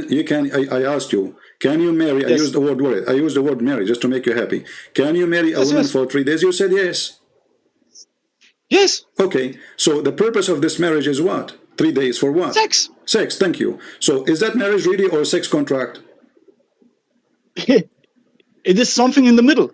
It's in the middle. Like where? Hey, look, I'm not lying to you. I'm saying the truth. I appreciate honesty here. I'm not saying you are lying. I'm saying in the middle way. What does that mean? I mean, the purpose of the marriage in Islam is not marriage, because marriage have to establish a family, a person. You want to have a woman, they want to have children, they want to live all their life together. But as you say, you just agree that Muslim, they do nikah even for 3 days, which means you go and find a woman. You see a woman in the elevator. You say to her, "Do you like to sleep with me for 3 days?" She say yes. You say to her, "How much you charge me?" She say $10. Yes. $10 a day. We have a deal. After 3 days, when the time is up, there's no divorce, correct? Look, CP, that's the reason why we could, why we gave money if we divorce. No, here you don't give in this case you don't give money for divorce because you pay in front. No, you pay her. You pay. You pay. Listen. You make an agreement. Yes, I agree with you. You pay after divorce. I agree. But listen, here the payment is made in a front. Let us say you can delay the payment. The Quran says, "Pay their wages." But this wages is paid for a woman because she took off her panty. Not because she became your wife. Okay, thank you. And this is why a Muslim, he don't pay unless he penetrate the vagina, correct? Yes. Okay, so if you don't penetrate the vagina, then you don't pay. No, we have to pay. Yes, we have always to pay. Thank you. So you are paying for what? For using the vagina. We have to pay. If we make a nikah and hold on, guys. My friend, what's your name? No. What's your name? What? Muhammad. Okay, Muhammad, listen. So if you don't do penetration to the vagina, you don't need to pay, correct? I have to pay. No. According to Sharia, no. I can show you right now. You have to pay only no. If you divorce a woman before you do intercourse, you don't pay. I can show you even tons of hadith. We do the nikah. We will say we will get a marriage, Islamic marriage, okay? A contract. Challenge in the front of all the Christians and all the Muslims. Can you show me the reference that you have to pay unless I claim that you have to do intercourse in order to pay? I have right now 2 nikahs. You have 2 nikah now? 2 nikahs. I have 2. So you have what? You have 2 women? Yes. Okay. Which one is better for you? Which one is better? Yeah. Real talk? You tell me. I'm asking you which one is better for you. They like each other too. Oh, that is something funny. They like each other very much. They like each other too, but because this is of they get both get in love to me, and I can't do anything. And they say, okay. I don't understand the word from what you are saying, my friend. You said they like each other. What do you mean? What does that mean? Do you have sex? Do you have sex together, all of you 3? Do you have sex? We have together, all 3. Huh? We all 3 person. 3 person have sex together. Yes. Okay, so so Islam teach you to have a threesome. If they want. If you want. So do you do that every night, or some night you do it like have sex with both women in the same bed together? Your connection is lost for 1 second. Say it again, please. Okay, it's not my connection. It's your mind. I'm saying, so when you are in the bed with the 2 women, you have sex with both of them. What they do? Yes. Like they do? Because you said they like each other too. I mean, they just play with you, or they play with each other? We are on YouTube. Can I real talk here? What? We get busted by YouTube if I take real talk here. I got busted by YouTube? Why? Because this is not underage. This is for adults. So, okay, you don't have to give me details. So the women, they touch each other, you are saying, correct? They touch each other, yes. And I teach them. I touch them, yes. Okay, so you're like 3 of you touching each other, having fun, and this is Islamic. This is Islamic, correct? Look, I have 2 left. If I want, I can marry 1 more. Yeah, so you have 4 in the bed, and they are touching each other, all of you. If Allah wants this, yes. So Allah, He wanted this. If He wants that, yes. Okay, but I'm saying, did Allah, He wanted this or no? I think yes. Because He said it. So okay, so my friend, I really like you, and at least you are different from the other Muslims. They deny the stupidity of Islam and the bad things about Islam. I want to say you something in the beginning. Let me say you something, okay? Say something. Look, I have seen the debate between you and Muhammad Hijab and other sheikhs. Okay. And what I think is that why not one of them are brave and say the truth? Look, there is nothing moralistic fault in Islam. So you are saying you are brave. If you say that there is a moralistic fault in Islam, you also have to reject the Christ, the Judaism too. No, I don't have because they are not perfect.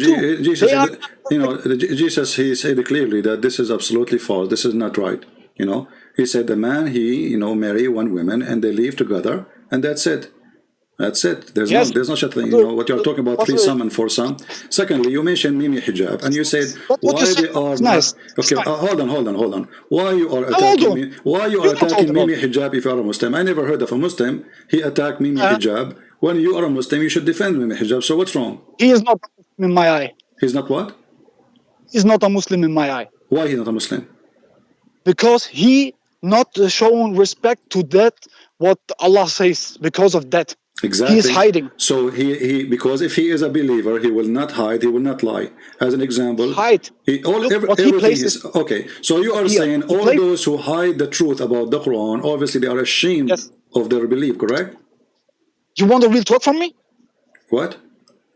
You want a real talk from me about this topic? I don't know. You are the one who opened it, not me. I say this. Look, they are not straight, because if they are straight, they want to come to me to Syria and live here under the Islamic State. They are available to fight, and they don't do the hijrah. And I'm living here. I have done the hijrah, and they don't do it. And that is not lawful in Islam. They have to do it because they can fight. They are not kids. So they are not. So they are saying they are hypocrite because if they truly believe in Islam, they should do jihad and join you in Syria. They have to do the hijrah. They So have to do that. Are you a member of Al Qaeda in Syria? No. So what are you a member of? What? Living in Islamic State. Well, there is no Islamic State. What Islamic State? ISIS, they are demolished in Syria.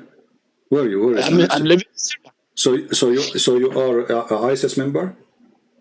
No, man. No. So what is your... Okay, you keep saying ISIS is like Islamic State. There's no Islamic State in Syria. Look, you are not the FBI. You are not the CIA. This is not the You want question. to I'm not talking about... Don't worry. I mean, nobody knows who you are. I just said you are a mujahid doing jihad in Syria. Okay, which organization you join? This is not relevant. This is not your business, my friend. So you are a member of Al Qaeda, but look what happened now. You are saying Mimi Hijab. You are saying Mimi Hijab is a coward, and you don't want to say what you are fighting. You know, beside who? So you are a coward too. I am not a coward. He is the coward. Okay, he's a coward. So why you don't tell me you join jihad? Which group? Look, why you don't say which group? If you are a person, look, hey, hold your horses. He played the game to you. That game that you play to me right now, that's not straight. You can do your, come on, look, you can do your YouTube stuff and you can criticize Islam. You can do all that, but stay straight. I'm staying straight. I'm just asking you. I mean, you are the one who's attacking him for not doing jihad. And you said that you are here in Syria doing jihad. But you don't tell me what is the proof. Maybe you are a liar. Maybe you are a liar. What is the proof that you are now in Syria doing jihad? You know why? Why I'm saying that? Because there are many Muslims who's watching your video and they seen what they have done to you, and they think they are all adults. They are thinking the same. They are thinking why this guy is a hypocrite, and then they think all the Muslims are the same. And then they give. So you are saying those who try to refute me, they are hypocrite, and you are the only one is not hypocrite. I'm not the only one who is not hypocrite. Maybe I'm hypocrite too in 1 or 2 or 10 points. Okay. That's not the reason. Okay, my friend. I try to follow follow can you give me an way. example of something Mimi Hijab he did you don't agree with? Yes. Okay. He said like a man. He said on 6 o'clock we have a debate. If he comes or not, the boat will leave without him. Okay. And then he have waiting you for 25 minutes. You have waited, and then he comes, and then he played games like a little kid. All right. And that is not what a man have to do. All right. Okay. That's a coward. That's a coward. Okay, Muhammad, I am with you. He's a coward. He's a kid. He's a tit boy. He's a cowardness. I'm not proud of that. He is a tit boy. I have followed him. I had followed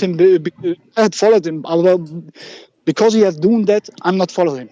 Okay. Anymore. But follow Muhammad, him anymore. Can you bring me a sheikh? He is not a boy like this tit boy, who go around and he make fun of the hadith of the Prophet, saying to Muslim women, "Can you show me your tit?" I say the truth. I am the best sheikh that you ever had. You are. I am the best sheikh you ever had.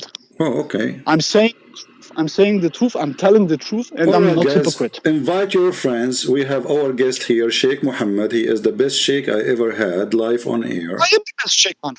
You're what? I am the best sheikh. Can you show yourself in the camera to see if you are a sheikh reading? A sheikh, they grow his beard. Look, I don't wear sheikh stuff or stuff like that, okay? You're a sheikh without beard. What does that have to do Okay, with my you mind? are right. I mean, you would have to do. Okay, you are right. I mean, the beard will not make you a sheikh, but they grow a beard, claiming that will make them have knowledge. I mean, Zakir Naik is trying to fertilize his beard for the last 20 years. Still, he cannot say any correct answer. So, Sheikh Muhammad, you are welcome here, and I'm happy that to have you. So, can you tell me what is the proof that Islam is from God? Anything. I will not ask you questions. You tell me. I'm listening. Yes, I think it's the same with the Judaism and the Christianism. We all have the book of God, but I think people get in there and interrupt it. I think there are many truths in these books, many truths, and you have to see them. You have to. My friend Muhammad, you are a sheikh. I ask you about Islam. Forget about the Bible now and the Torah and Judaism, Christianity. I'm asking you. No, it's not the same. I'm asking you. Same. Are you saying to me that it's not the same? Okay, the Bible says that Jesus is God. Is it the same? Yes, okay. Okay. Huh? But are you will to say to me there is nothing, there is all right in the Bible? There is nothing false in the Bible? Will you say that to me? Yeah, really? I will say that too, yeah. Can you say the same to me about the Quran? Can you say the same to me about the Quran, that there's nothing wrong in the Quran? No, I don't can.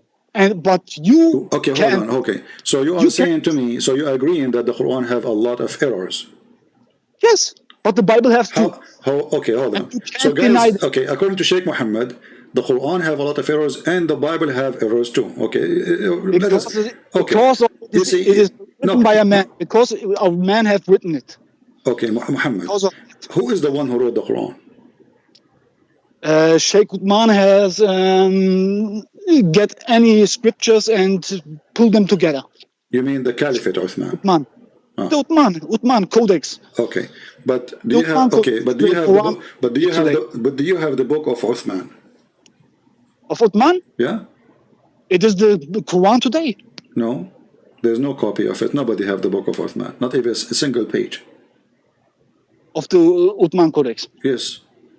Muslims don't have it. It's the Uthman if you open the Quran right now, open to page number A, it says that this Quran is written according to Hafs, according Hafs ibn Asim, according to Uthman, according to the Prophet of Allah. Correct? Yes, according to Uthman. Okay. But Hafs is a person who exists 200 years after Uthman. I know. Okay. So if you have the book of Uthman, you do not need Hafs. Yes. Okay, so you don't have Uthman. But if you have Paulus, you don't need to Matthew. No, listen. Paul writing, we don't say that. We don't say no. Hold on. This is a different book. You see, this is a different book. You are mixing things up. The book of Matthew is not the same as no. You see, we have a book. It's called. Listen, Abdul. Listen. We have the book. It's called the book of Acts. So Paul is not there. His written is in the book of Acts. So don't mix things up. So I'm asking you now. Okay, now you said that the Quran you have today is according to Uthman. But the Quran you have today, it says this is according to recitation of Hafs, not even the book of Hafs, correct? They have all copied it. Okay, so you don't have the book of Uthman because Hafs was exist 200 years after. If you have a copy of Uthman book, you do not need the recitation of somebody. If you're saying that, then you can say too that we don't have the book of Allah. You don't have it, sure. You can say that, but I can say you don't have the book of the Bible. No, you cannot say that. I can say it too. No, you cannot. And you can't deny it if you are. No. You see, the Bible transformed through history and written in many ways. As an example, there's art. The Bible preserved by art. Actually, hold on. Let me ask you, Uthman. Are you a person? Are you like Mimi Hijab who said that the Bible is corrupted? No. So is the Bible corrupted or not? No. Okay. I don't think so. All right. Why? Because there's a thing called, how they call it, yeah, this thing, the texture. They can prove it, and the word of the Bible has minimal changed since Jesus have dropped it. Okay, Jesus, he dropped the Bible, right? He dropped the Bible. He dropped it like he fly. My English is not good. He fly in the top of the Christian and he dropped the Bible. You know what I mean. Oh, okay. So listen, the Quran says in chapter 2, verse number 89, it says, and when there's come to them a book from Allah confirming what is with them. So you are right, the Quran confirming the book which with us. So why the Muslims like Adnan Rashid, Mimi Hijab, Susu, Dudu, Sisi, all of them, they say that the Bible is corrupt. Why they say that? Because they are hypocrite and they want to win a debate. They want to win an argument, but they don't win the truth, right? Okay. Yes. So you are different. You are not going to do what they do. That's the reason why they. Okay, Muhammad. I respect your honesty, but still, I am not convinced that you're really, a person who can present Islam to me. Prove it to me. You are a sheikh, as you said. And this is a claim. And this is a claim you said. Okay, this is a claim you said. Can you say the Shahada first to be sure that you are a Muslim? I know what you're trying to say. Okay. So you are a Muslim. Now I confirm that. Now you ask me now what this means. How you are saying? Okay, you are saying you are a sheikh. I said to you, okay. I'm not a sheikh. I say to you, I'm the best sheikh. Oh, you are the best sheikh. Okay, I apologize. I'm the best sheikh because I'm not a liar. Okay, I agree with you. You are the best sheikh because you don't lie. Until now, you prove it actually. So let me ask you now. Here we go. We have 1,400 people listening to the best sheikh. I will give you the best time to make them accept Muhammad. How you can do that? They don't accept Muhammad to be a prophet. What is the proof that Muhammad is a prophet? And we are listening. Go ahead, Mr. Best Sheikh. Muhammad. You're funny, man. Yeah. I actually would say because of his word, what he has to tell, because there are many errors, like you said, but there are also that many truths, and we can't know how much the people have destructed around it or in the verses. We doesn't know that. It's the same. I don't understand. I want you to give me a proof. You're giving me a speech. What is the proof that Muhammad is a prophet? How proof can I give you? Okay, can you give to me a proof of the satellites in the universe? Satellite in the universe? What does that mean? Yeah, can you give to me a proof about God? Oh, I approve about God? Yeah, I can. You know? That's the reason why they call it religion. That's the reason why they call the people believers. Yeah, because they believe in it. Okay, but I'm asking you now, can you explain to me why I should convert to Muhammad? Give me a reason to prove that he's a prophet. I mean, you call him a prophet. Is he a prophet? You have to born as a Muslim. You have to grown up with them. Yeah, I have to be born as a Muslim, so I cannot convert to Islam? You can also convert to Islam because of you are not happy with your religion as a Christ or something like that. What if somebody is not happy with his wife? Can he convert to Islam? Yes, of course. Oh, that's a good deal. What about if he have a bad mother-in-law? You think this is a good reason to convert to Islam? He has a bad mother-in-law? Yeah. Why not? Maybe he can convert. By the way, as long as you have two wives and you are doing nikah to them, you have two mother-in-law, right? Yes. How would it feel to have two mother-in-law? Be honest with me. I don't know. Sometimes I think maybe one of them will get jealous one time and will leave, maybe, or try to leave, maybe. But for me, it is very nice. It's very nice, actually. It's very nice. For me, it's actually very. Can you find me for? Can you find me for women? Because I like this. I like this thing. You guys are in one room for women. And look, I don't have found them. Does it cost a lot of money? Is it costly? CP, I don't have searched for them. Oh, you don't search for them, they search for you. They both fell in love with me. Well, you must be very handsome, man. I'm not like you. Do you look like Zakir Naik or something? No, I don't look like Zakir Naik. So why they are after you? I mean, if you are look like Zakir Naik, they will be dying to have you. So why they are just they are looking? What do you mean they are looking for you? What does that mean? As I'm looking nice, that's not. I cannot say I'm looking nice. They found me nice, and that's the reason why they fell in love, I think. So they fell in love and decided to do nikah. Okay. I have a nice character. That's the reason. What is that? What is that? What is your nice character? What does that mean? What does that mean? You have a nice character. I'm always true. Are you always truth? So what? Like tell me something. Okay, tell me something. You said to your wife, you remember a very important thing, which is a truthful. Because I have to say to them both that I don't want to break them hearts. Oh boy! Before I get married with them. Are you thinking of replacing them with your new wives? Can you repeat them, please? Are you thinking to replace them with a new team, like kick them out and get a new woman? No. No? No, from the start I have said that. I have said from the start because I was not married to them, and then I said to them both, look, I don't want to break anyone's heart here. Oh. That's now we're standing here. You both are fell in love with me. I don't know, Ahmed. Honestly, I'm jealous from you. There's no women like me. I don't know why. The last time, I will tell you a true story. This is a true story, by the way. So, last time I asked a woman to marry me, she said, like, what? There's no men left in this earth? This has never happened to you? Like, she did not say, like, there's no men left in this earth. It looked like, you are lucky that they are fighting over you. So, Muhammad, let's go back to our topic. Lucky, I have double stress. Double stress. I have double stress. Why is that? Man, I have to get to two women make happy. That is double stress. Is it hard to make two women happy?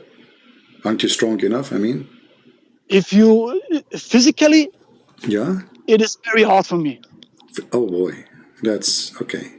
Well, physically, okay. What do you think about the Muslims? They say that the Prophet, he used to have sex with all his wives in one night. I think that's not right, man. I don't think that's right. Look, and that's the reason why I said most of the hadiths I think they are wrong, because they're written, they have sex with 9 wives and take only 1 shower and go around with all of them, and plus on top he has sex slaves. Okay. I don't know how many he has. Okay, so hold on. Muhammad. That's many. So that's many. Okay, so the story says that your prophet, he go around to 9 wives, according to what you said, and he do boom boom to all of them, and then he don't even wash, correct? He don't even wash. I actually think he have diseases. Oh. He have diseases. I think that.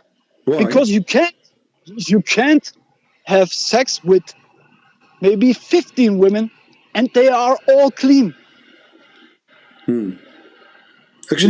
Actually, you are right.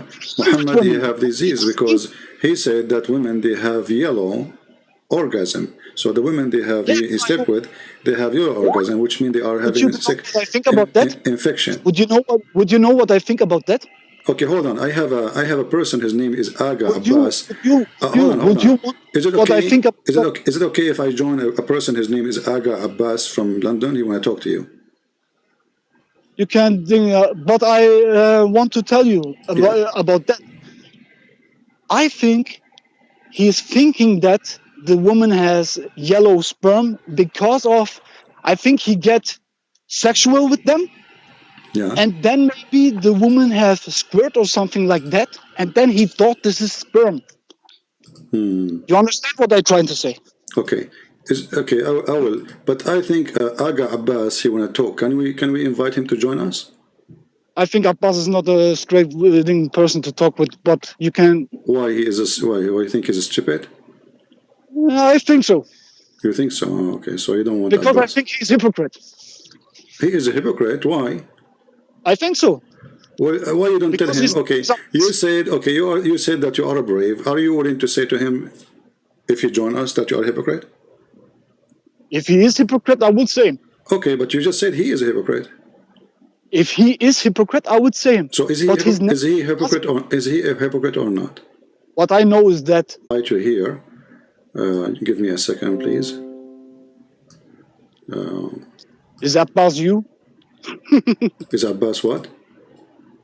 Are you Abbas? Me? No, Are you Abbas? you do not know who is Abbas, my friend. You never heard of him. Abbas is a very big scholar.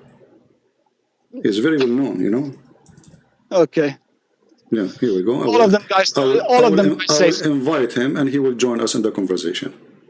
okay. Abbas is a scholar, then he's a liar. Okay. I send him invitation and Abbas now is live with us on air. Hey Abbas, how are you? Alhamdulillah, alhamdulillah. Alhamdulillah. How are you? So I'm fine. Abbas, you want to call and you are listening to this conversation. What do you think? Well, I think my Muslim brother may be honest, but with respect, brother, you are an honest fool, actually. Okay. The thing you have said about that is allowed in Islam, Allah allowed it for you to have sex with two women. Can you give me a reference for that? If you can't, then you are a liar. You are not honest as you think. If you think you're honest, then you're a fool. You are not honest because of when you're saying that you don't have read your book. You made the claim. Can you show me where Allah says you can have a sex with two wives in the same room? In the same room? Not in the same room. But that's what he's been telling you. That's what he's been asking you. And you as a foolish person saying, yes, we do together. They touch you. Okay, Abbas, hold on. Hold on, Muhammad, hold on. We don't want to have a fight. Abbas. I done that. No. Hold on, Muhammad. Abbas, your prophet was having sex with all his wives without washing. So your prophet was having sex with them, all of them in one house or in different houses? Can I say something? Go ahead.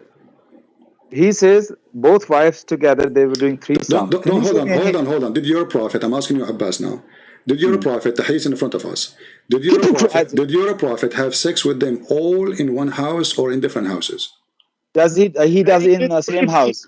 Does he do it in the same house? I'm asking you, did your prophet, he did it in the same house, he have 13 women in the house, and he have sex with, why need to repeat the question 1,000 times? Christian Prince, you are twisting here. Yeah. You are twisting here, Christian Prince, as usual. Can you show? Okay. I'm talking right now. Can you let me talk? Say it briefly. Can you let me talk? Don't Just make calm down. Calm down. Take a glass of water and sit down, please. Yeah. Okay. Listen, CP, is this hadith saying that he had a sex with one or two of them together in the same house? How you know? It's not. No. Does it says that? Okay, show me the reference. No, does it say that? You are the one who's making a claim. Look what you did. A second ago, you said to this guy, you are a foolish man, and because of what you said about having sex with your wives in one room, in one bed, right? Yes. Now, Show me the reference. I'm asking you, if there is a reference says that the Prophet, when this hadith happened, he did not have sex with all of them in one place, in one room. No, you are the one who's making the claim. I say you have to prove that claim. Okay, when a You man, can't argue from the silence. Okay, when a man, my friend, when a man he do have sex with all his wives, and do he go from house to house and he is his penis is dirty? Don't you always say that he has 9 wives and 9 houses? Do you know that they all live in a separate house? Guys, he have 9 houses, but how we know that he did not have a party in one house? Why not? You have to prove it. Okay, you are making the claim. You have to prove it. I have the proof in front of me. It says that he had sex with all of them without washing. There's no way a prophet of God he will go around without washing himself after sex. Okay, really? Prove me wrong. Okay, hang on a minute. Are you telling me? May I say something? Are you telling me the man, when he has sex with his wife, he can't just go out to do anything? He can't. No, I can't. You think all over his clothes and everything will be all mess? Why are you saying that? Okay, that's not what I said. I'm saying, are you saying your prophet, he used to have sex with women after women, and each time he go out without washing? I don't believe that hadith, to be honest. I don't believe that hadith. A second ago, the guy is a fool asking for reference. Look what happened, guys. The second we showed him the hadith, and the hadith is an embarrassment. Now he denied the hadith. So you said to him, show me the reference. Can I reply? So now if he show you a hadith, you will say to him, I deny it too. I have Can to I say reply? something. Let us Can give I a, reply? let us let us give a chance to to say Muhammad to something. say something. Go, Muhammad. Okay. Yeah, go on, Mohammed. I have to say something. I have to say something. Look, be brave of our prophet. Be brave of them, and look, you don't know what he have done. I don't know what he have done. We have only the hadith, and that's what I said. We can't know if they're all our truth. We can't know this, but I know this. I'm believing in Allah, and I am proud of my prophet, and I'm trying to doing the same as he done. If it's allowed to me to have 9 wives, I would do it. May I? May I say something? I would do Go ahead, it. Abbas. Go ahead. Okay. Okay. First of all, you didn't show me no hadith that Prophet ﷺ had sex with his wives in the same house. That's the first point. You didn't show me anything. Okay. The Like a hadith star. Okay. I'm talking right now, Muhammad. Have some manners. Yeah, Muhammad Muhammad, doesn't say best of you are let him those talk, please. who are Let him best talk. in manners. Muhammad, Don't please. lie. But Don't lie. listen, please. This is what makes me angry. Don't what did I lie. lie? Okay, What the Abbas, hell you Abbas, can you read, Abbas, can you read the hadith in front of us on the screen? Can you read it for us? You are a scholar, then don't lie. Hold on, Muhammad. For God's sake. Anas reported the Messenger of Allah ﷺ used to have sexual intercourse with his wife with a single bath. Yeah. Okay, does it single say? bath? Yeah. Okay, does it say with his wife or his wives? Wives, yeah, of course. Yes, Okay, yes. so Fair they were a enough. group. So they all living. Their houses were very close to each other. They were a They all group. living around the mosque. Come on, 1 minute. Let me explain that to you, which you don't understand. They were living very close to each other. So he How close? done with one, and Okay. then he visited the other. Then he visited the other. Medina was a small village, so he done the other. We don't know wives here mean 2 or 3. We don't know. It could be 2. So it means he went to one wife and the other wife. That doesn't mean they're in the same room like this idiot who calls himself Muhammad, and he's telling you. Do you agree with this hadith? Abbas, let us make an agreement. Do you agree with this hadith? Do you agree with this hadith or not? Yeah, this I agree with this hadith. Of course, Sahih Muslim. Of course, I agree. Playing around. Playing around. Abbas, you agree? Playing around. Muhammad, hold on. Abbas, Like a modalist. Abbas, do you Try agree with to this modalist. hadith? Muhammad, come on. I agree. I agree with this hadith. It's Sahih Muslim, no doubt But a about second ago you said I don't accept this hadith. No, you're showing Musnad Ahmed. You're showing Musnad Ahmed. I'm not sure about Musnad Ahmed, to be honest. So just by changing the name of the book, you change your opinion? It's the same story. Sahih Hadith is more authentic. More authentic than Musnad Ahmed. Musnad Ahmed has many mawkuf and many munqati hadith. The Sahih Hadith doesn't have many more. These hadiths are more marfu. Sahih Hadith are more marfu hadith. So I respect So just by... Hadith will quote them. But if you you just don't like said, them, you don't quote them. Muhammad, hold on. But Abbas, you denied the hadith just because it is in the book of Musnad Ahmed, not because it's not true. That's when you are a hypocrite, as Muhammad said. What I say, I would not put my trust on Muslim. Be a real Muslim. Be a real Muslim. Alhamdulillah, and stay to your prophet. Yeah, like me. See, Abbas is not proud like Muhammad. Muhammad is proud to be a Muslim, and Abbas is not proud. Now, Abbas, let me ask you. Okay, did I say that? Okay, Do I have to say that? You did, Abbas. You did. Hold on, Abbas. So did now, I say that? I'm not proud. So from now on, if we show you a hadith proving from Sahih Muslim, you have no obligation. So Abbas, your prophet, when he had sex with his wives without washing, regardless if it's 1 room or 2 rooms, or maybe in the second house, he was a dirty man or he was a clean man. You're not a dirty man. He was a dirty man. Don't lie. Sex with 9 women. Sex with 9 women and only Muhammad, 1 shower. Are you trying to say he is? Are you crazy or what? Well, I think you need to take some medicine. Look, hey, look. I have only 2 women, okay? And I know what it is to be clean and to be dirty. I have only 2. Okay. Tell the truth. Be proud of that. Okay. What is the truth? What is the truth, Muhammad? Abbas, why I say to you, he is saying to you why you are not proud. Let me explain, Muhammad. Let me explain, Muhammad. Say what is the truth. Muhammad, come on. You can't explain what is the truth for me. You see, why you are not proud, Abbas, of your prophet having sex with all the women without washing? This is dirty. This is dirty. Want Muhammad. If you allow me just 60 seconds. Okay, go ahead, Abbas. Just 60 seconds. Alhamdulillah, the woman loves Muhammad and they want him. What is false of them? They want him. What is false? You need to shush, brother. You need to just calm down. Is this false for you? Take a glass of water. Just calm down, brother. Just calm down. Talk your shit, man. Okay, fair enough. Okay, let me just talk, not shit. I'll try my best. Okay. Come. No. Okay. 60 seconds, please. Go ahead, Abbas. So when he says he doesn't take a bath, Yeah. that means ghusl. Something called ghusl. All right. After sex, if you take ghusl, you are purified to do your salah. But that doesn't mean that if you do sex, that doesn't mean you didn't go and wash your private part. That doesn't mean that washing private part is not a bath. So for Is example, this guy crazy? Is this guy really crazy? What he's talking about? I'm just answering the way I like to answer. Answer, man. Don't shame on you. Okay. I think he's not letting me speak, CP. Abbas, be careful. This guy is a mujahid. He might jump on you. I don't know. Is he a disciple? Is he a disciple? I feel for your security now. Muhammad, take it easy, man. Take it easy in the man. Don't be angry. Brother, I'm at Speaker's Corner every Sunday. Muhammad, this guy is saying his opinion. Let's hear what he wants to say. Guys around of me, all of my friends are proud of the Prophet. All of them like this what he did. And all of them try to be the same. And then you come around and say, no one says about that. He's clean. He don't say wash this and this. Talking like a crazy man. I'm just explaining that to you. Wash hair means bath hair. That doesn't mean he did. Okay, Abbas. That doesn't mean he was dirty. Make a difference between shower and bath. Abbas. You're a prophet. He's not letting you. Okay, Abbas. When you're a prophet, after finish with 9 women or 11 women having sex with them, he take a bath. Where? No, brother. Listen, CP. You didn't show me the hadith of 9 wives. He slept with 9 wives. How many women? How many? Show me. It says wives. Wives. It doesn't say some of his wives. It says nisa'ihi, which means all of them. Does it say some? All of them. It doesn't say all of them. Okay, read carefully with me. It's in front of you on the screen. Read it.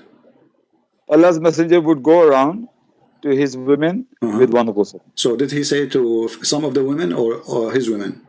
It doesn't say all the women. It says all the women. Because it doesn't say some. Two women, 3 women as well. Okay, you can say, then you have to say 2 women or 3 of the women or some of the women. Abbas, Okay, hold on, Muhammad, hold on, Abbas. Muhammad, calm down, man. Can you just shut up for God's sake? You're talking a lot of nonsense. Okay.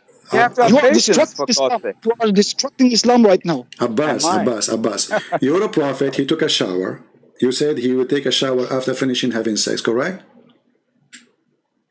Repeat that, please. Can you say that again? You said that you're a prophet. He could take shower after he finished having sex with all the women. No, I didn't say that. I say bath means ghusl, and after that you are pure to do salah. So what bath mean? Ghusl. Shower. Okay, shower, right? He shower himself. He make a difference with them. Where he take a shower? Where your prophet he wash himself after he finished this? The hadith doesn't say where he take it. No, the hadith says, here we go. It says he go and jump in water, have dead dogs and women blood from period. And garbage. This hadith, hang on a minute. Let me read the hadith again. Allah's messenger will go around to his women. Where does it say that? It says here we go. The prophet taking a shower. Now he had sex, finished with 9 women, jumping from woman to woman. And now he's going to take a shower. Where your prophet take a shower? Whoa. Which book is that? Which book is that? It says Mishkatul Misbah, Kitab al-Tahara. Okay.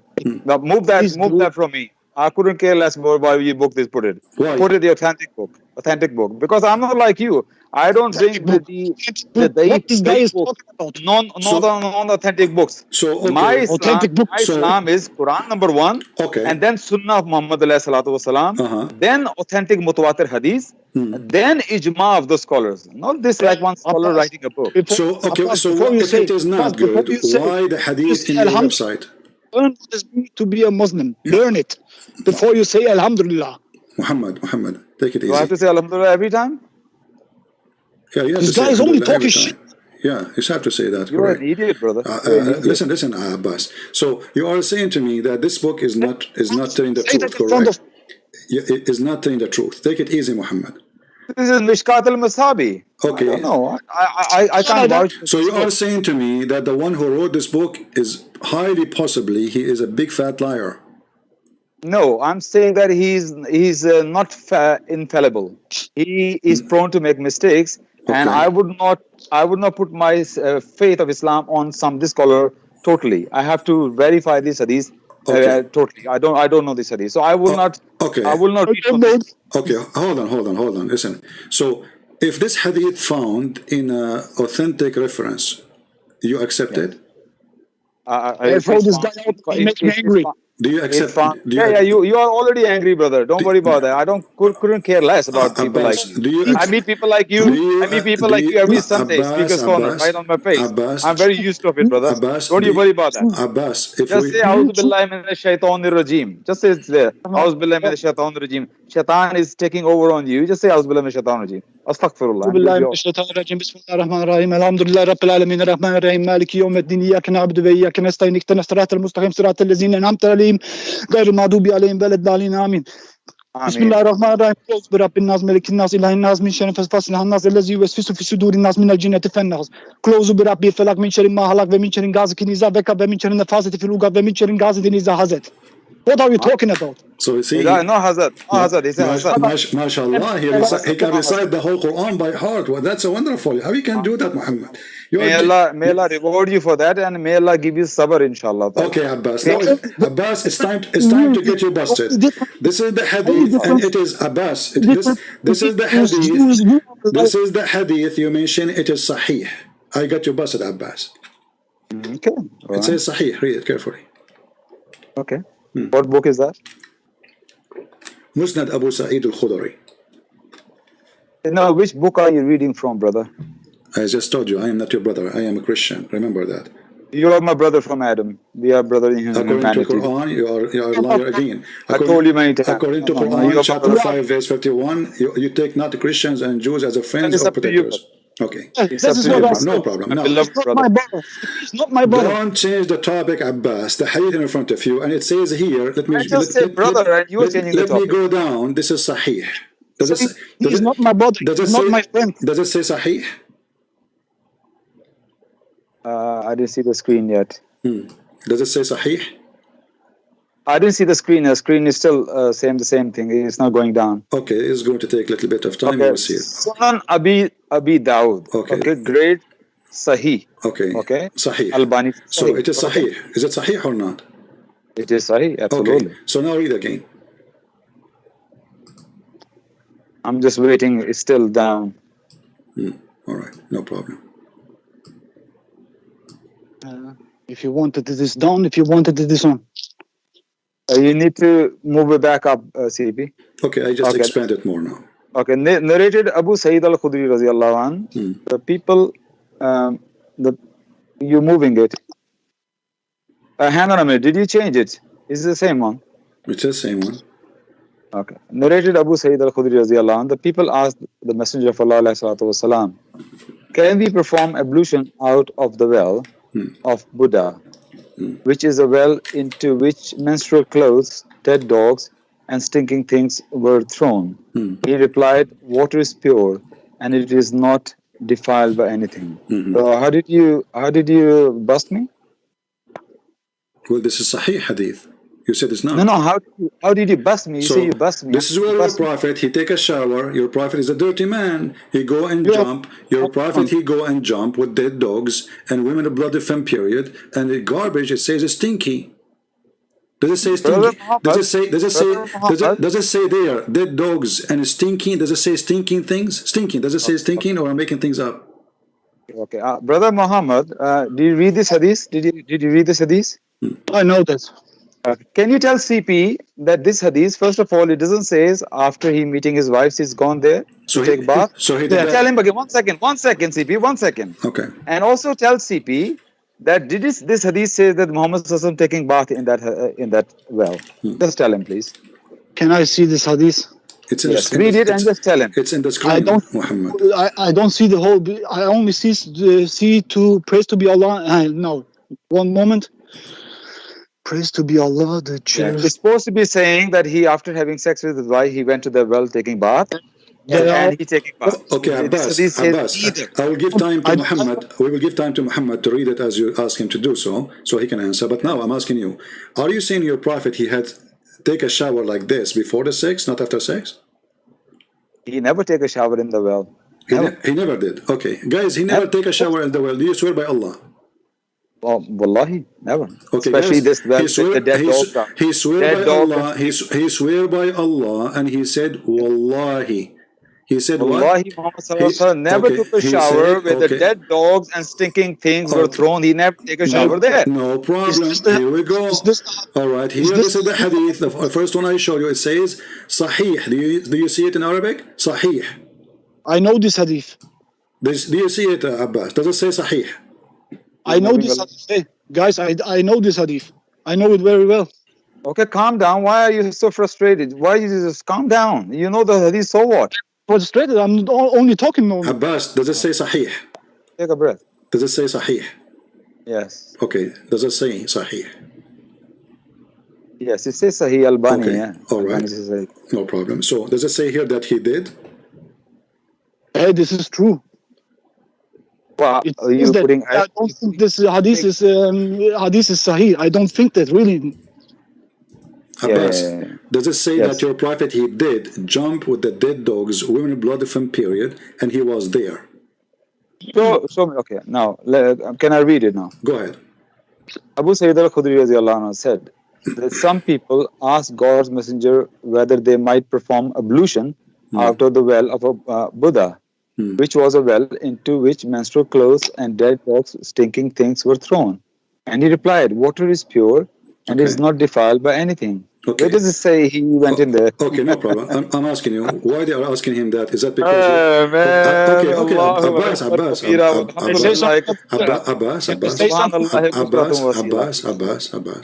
on. Maybe you get worse over the time. Abbas, okay, let us see who's getting worse.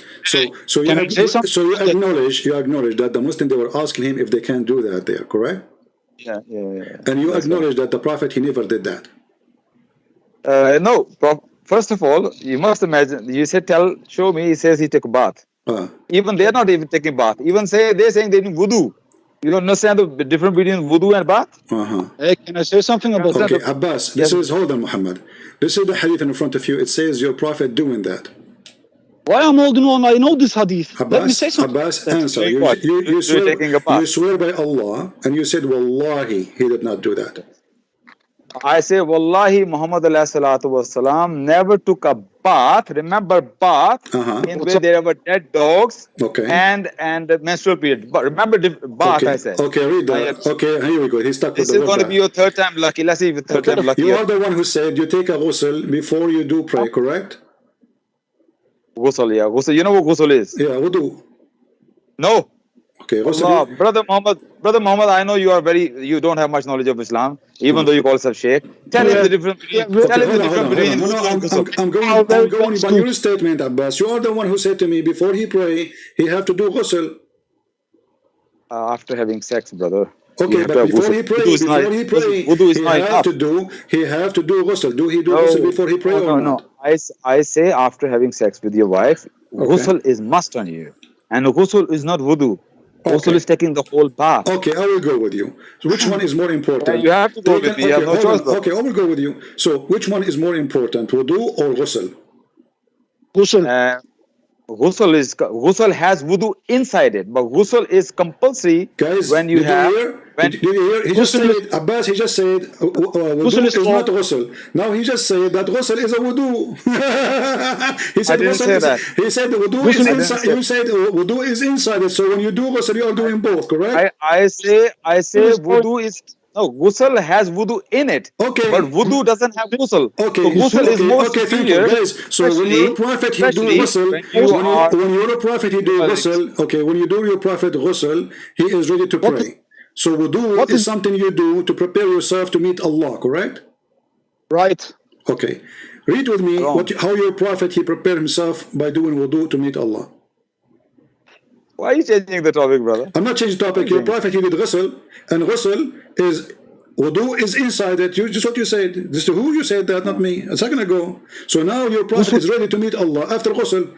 And where your prophet he do ghusl? Read. You are well known. Abbas, you are really well schooled. Abbas, read. Brother Muhammad. Very well schooled. Very well. I see it. Very well schooled. Brother Muhammad, can you just tell him, CP, the difference between ghusl and wudu? You just told me the difference. You said that wudu is inside the ghusl. So when you do ghusl, you are doing both, correct? And what did you say? Muhammad Sallallahu taking a ghusl. You said Abbas, don't hide behind Muhammad now. Don't hide behind him. You said that wudu is inside the ghusl, which means when you do ghusl, you are doing both. Now the sheikh behind me, nah? Okay. Now So now I'm asking you, Abbas, when you're a prophet, you do ghusl or you do wudu, where he do it? He do it with dead dogs. This guy is a... CP, I don't deal with idiots. You're behaving like an idiot right now. You are going to hang up on one. Does it say in front of you?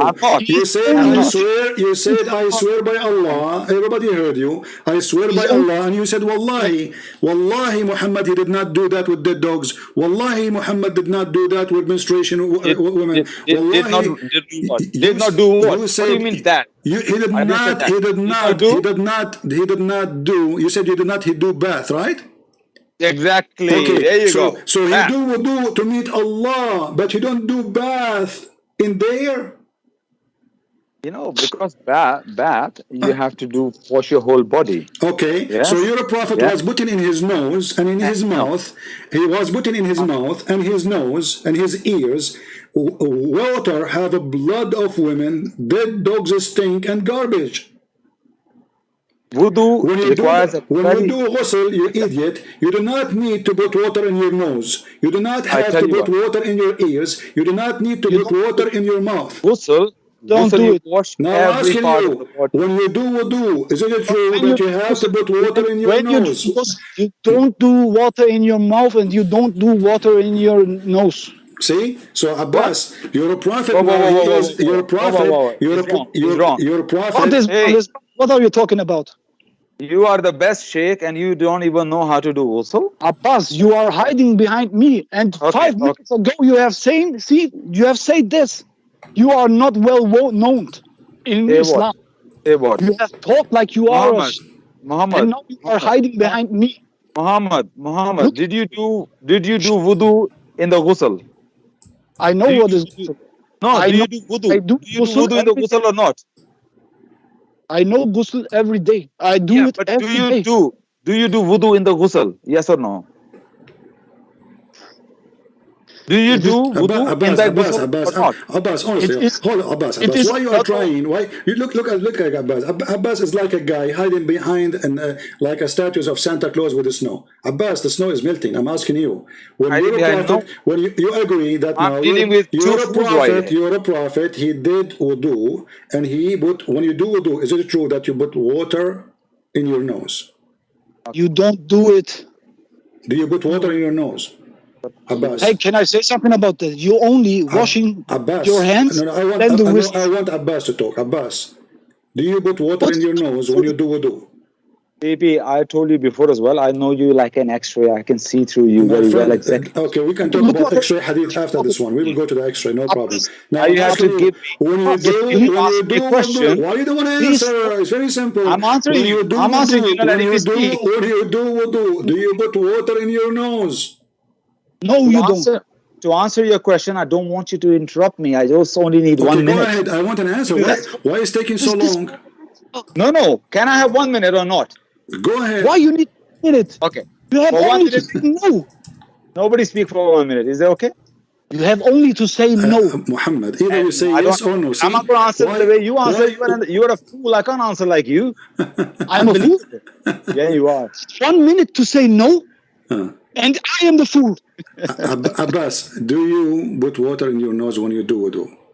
This guy is crazy. You have mental issue. 1 minute to answer. Can I answer in 1 minute? Go ahead. Say no. Very important to clarify one thing. I give you 1 minute to say no. Hey, shush, for God's sake, man. It's Allahu Akbar. Just say Auzubillah minash shaitanir rajim. Okay, first of all, I must remind everybody. You keep talking, brother. Don't mix Allah in your shit. Okay, brother. I'm shit. Okay. You are, mashallah, alhamdulillah, you are a very good Muslim, alhamdulillah. May Allah make you a good Muslim. Abbas, first of all, obviously, Abbas, you are not a good Muslim. Can you recite the chapter of Ikhlas as he recited, how fast he did? Can you recite it? Go ahead.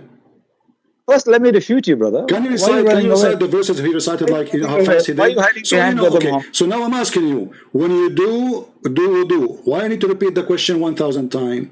Do you need to put water in your nose? Okay. Oh. You see, I was asking for 1 minute and I don't get it. Can you just mute this Why guy, you Muhammad? need 1 minute? You need 2 seconds. Say yes or It's no. very, very Abbas, important. I will It's give very you. I important will give you. benefit I of will give everybody. you. I will give you 10 hours. The question is, answer is yes or no. We are having a conversation, my friend.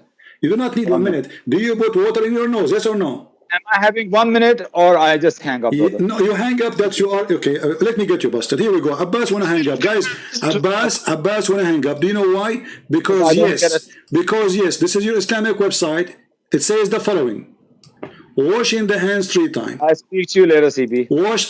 Don't hang up, coward. You're a prophet. He put water from. You're a prophet. He put water from dead dogs. You're a prophet. He put water from dead dogs, women blood from period in his nose and his mouth. And this was I'm hearing to you. I'm sorry. You are right. I was a little bit emotional, but I talk. Yeah, but you see, Abbas, he lie. It says here, you rinse your nose 3 times, you wash your mouth 3 times. Which water? By the water we see in the screen, dead dogs and women blood from period and garbage. This is why Abbas, he hang up and he run away. I will call. I will invite Abbas again. Actually, Abbas is still in the group. Abbas, are you there? Abbas, are you there? Why he's hanging up? He still. It says he's still in the group. I don't know. Abbas, I'm inviting you again. Why you hang up? So you're a prophet. He go and he claim now he have sex with the 9 wives, or 12, or 13, or 100. Yes. And now he is washing himself to be ready to meet Allah. What he do? He put water, have dead dogs, and garbage and blood. So Abbas, so it's proven. We do not need your answer now. We showed you the Islamic website. It says you have to rinse your nose 3 times, and you have to wash your mouth 3 times. Correct? Why you call me then if you don't want my answer? No, I want you. Why your prophet he is doing such a thing? Putting water, have dead dogs in his ears. If I don't have mouth. a chance to speak and express myself. Now we change the question to suit you. Go ahead, answer please. Okay, 1 minute, yeah. Okay. And Muhammad, please don't interrupt him. Muhammad, please don't interrupt Abbas when you talk. I didn't say anything. Don't say anything. Let Abbas finish. I just want to remind everybody the reason I say Wallahi Muhammad ﷺ never took a bath in the dirty water of well. That when I say Wallahi. Remember, I never say Wallahi. He never done wudu. There's a big difference in that. All right. So that's the first point. You didn't bust me on that. So I stand on that. I never said, and you did not show me any hadith, and you can never show me any hadith that shows that Muhammad ﷺ took a bath in the water of the well where the dirty dead dogs and dirty water was. So that's by the by. You didn't refute me on that. Secondly, wudu. For doing wudu, you can take a very little water to do wudu. Or even a half a glass, you can do wudu if you know how to do wudu. You can just have to take a little bit of water from the side of the well. You can even do that wudu. So it's possible to doing from that well, from the very side of the well. You take a little bit of water and you do wudu. It's possible. Bath is not possible. That's my answer. Okay. So, but did your prophet he put from that water in his mouth and his nose and his ears, yes or no? According to his hadith, it says, it was said, O Messenger of Allah, you perform wudu from there. Yes, he did. Yes, wudu, he did. So wudu, if he took water from the side of the well or from the middle of the well, does it make any difference? It's a small body of water. Yeah, I know, but in that small body of water, you can. Okay, but let me make it more now. Let me make it more easy for you. But people won't throw garbage in the water. They don't throw it in the middle. They throw it in the side. So your prophet is speaking the water from where the garbage is, and even it says that it is stinky. Even the previous hadith, which you agree with, it says it's stinky. So the water is stinky. There's dead dogs, and there's women blood in period. And the second you put a body of a dead animal, you know, there's a liquid come from this body is going to be float all over in the water. So you're a prophet now. He is putting water in his nose and water in his mouth and water in his ears. And what is the purpose of that? To be cleaner, correct? You're wrong here. Let me correct you again. I love to educate you all the time. I don't think this hadith is true. You don't No, think no, so? this hadith is true. This hadith is sahih. So I'm not If denying this that. hadith is true, then I don't understand why you are talking half an hour. Half an hour what? That was a different hadith, brother. We're talking about Muslim and Ahmed. This is different hadith. I don't think this is true. Okay, anyway, it's your opinion, brother, and you're entitled to your opinion. I may be wrong, but let me correct CP one thing. He's wrong. Let me educate you. In the Quran, when the Quran mentioned wudu, chapter 5, I think verse 4, Okay. never mentioned in the wudu washing mouth and washing nose. Oh. In wudu, there are some farayat, and in wudu, there are some sunnas, nafil. In the farayat is that you must wash your hands up to the elbow and your face, and do masa on your head and masa on your feet. That is the farayat of wudu. If you only do that, your wudu is valid. You don't have to wash your mouth and neither nose. So this is your answer. It does not imply that Muhammad Sallallahu washed his mouth and nose in that water. Okay, Wudu so can be are done you saying to without me doing that you are Muslim Sunni, are not following the Sunnah of the Prophet? I never say I'm Sunni. Don't you remember me? I say I'm a Muslim. So you are the Sunni, you are a Shia? No, I'm not a Shia. I'm just a Muslim. Okay. Just a Muslim. Quran never told me to be Sunni or Shia. Quran says you are a Muslim. I'm asking you, when you're a prophet, do he put water in his nose and his mouth? Yes or no? He done, there are sunnahs, he done many different ways. Of course he done This is different not a ways. question. I don't tell me many ways. Yes. Like so Muhammad is making up things. Either this is how you pray or not. So did Muhammad put water in his nose and his mouth? Yes or no? Yes, he did. Of course Okay, he did. so you just said there's nowhere it says he did that, you idiot. So you're a prophet. No. Hold on. That's what you do. Listen. Okay, I'll let you finish. I can give you in this reference about how your prophet he do wudu. Do you accept the reference I show you that he used to put water in his nose and his mouth? I'll let you finish. I'm asking you now. I'm challenging you. I'll let you. No. Okay. I'm going to refute you what you just said. Let me ask you. Do he even wipe his head with the water? Can I answer the way I want to answer? Go ahead. Okay. Muhammad ﷺ has done wudu with washing one time mouth, twice, three times, different ways. But the Quran also tells us your wudu can be without washing mouth and nose. So what I'm saying is the wudu, if he done in this situation, it does not say that he washes mouth with that water. Yeah, it doesn't. So don't imply that because your wudu is valid without washing mouth. So Muhammad ﷺ sometimes done salah separately, Zohar and Asr. Sometimes he joined. So he done both ways. So by saying that it's not possible that he's doing wudu without washing mouth, you're wrong. Because that means he doesn't agree on the Quran with the Quran. That's additional things you can do if you have a clean water. That's my answer. And this is my understanding of Islam. All right. But so let us make it more simple. You are saying that your prophet, he don't follow the Quran. The Quran never said you wash your face, you wash your mouth 3 times, you put water in your nose 3 times. This is the fabrication of Muhammad. No.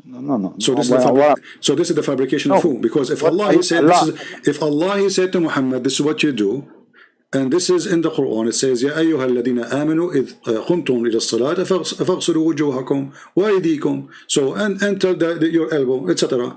And then you wipe your face and your head, correct? And your feet. Wonderful, and and the bottom of your feet.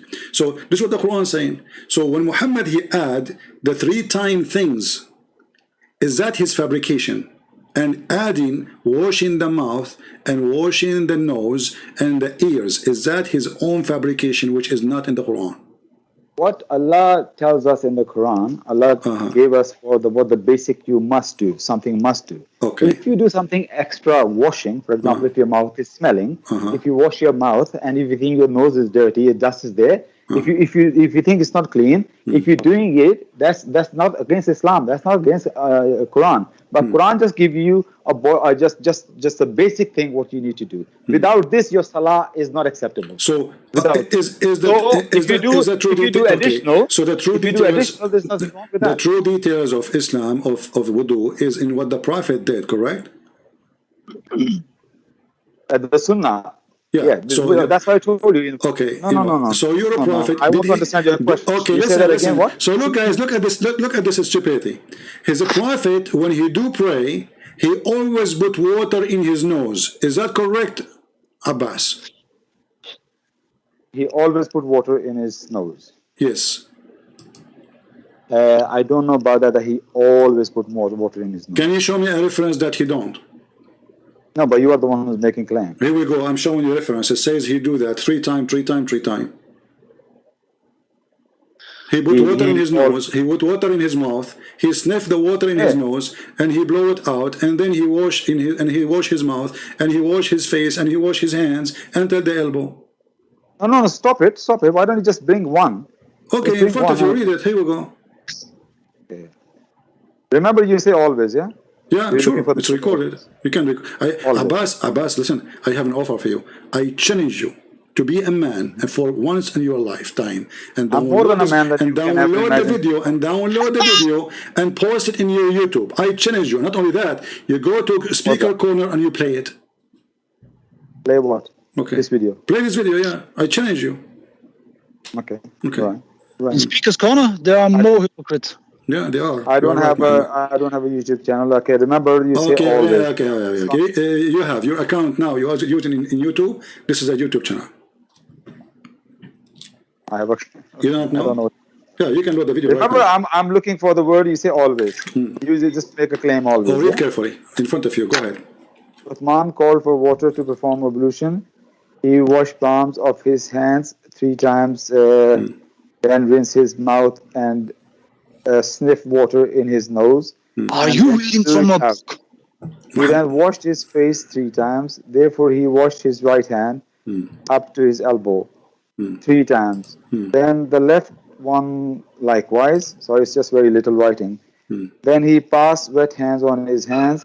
Then he washed his right foot up to his ankle 3 times. Then he left one likewise. He then said, I saw. Can you just put it up, the hadith, please? Can you move it up? I can't read the rest of it. It's just covered. I just can't. Can you just put it up, please? Okay, I just did make it down.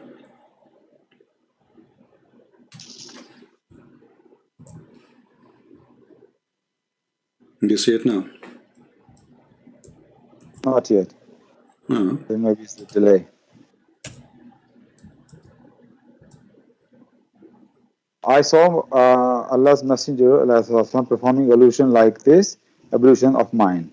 I'm still looking for the word always. Well, this is how, it's also. Do you see there? It says not always. Where does it say always? So if are you saying your prophet is Allah? Okay, are you saying your prophet? Okay, guys, listen carefully. This guy is saying that Muhammad is an idiot. Each time he do it differently because he forgot, because you do not know, because he's being a creative. So is that how you do wudu? And now the Muslims are following his step, and you Muslim, you do that now. Right now, all Muslims, they do exactly what is mentioned in this hadith. Is that true or I'm lying? I don't like to talk over people, so I just let you. I am done. I'm asking you: is that true that this is how you Muslim you do today? Yes or no? Why you always give a speech and then ask people? I'm not asking. I'm not giving you a speech. I just said a sentence. Are you Muslim today? This is how you practice wudu. Okay.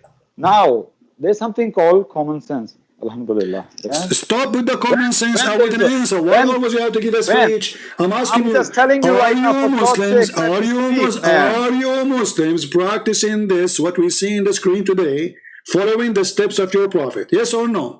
Yes. Allah has given us a common sense, knowledge, intellect. So yeah, exactly. When I have a, you have to shake it. I'm just telling you something, how we Muslims should behave, how we Muslims behave, how we use our intellect. If I have a half bottle of water, a small bottle of water, and very little water, and I have to do wudu, and I say, for this water, if I wash my mouth and nose, it's not going to be possible for my wudu.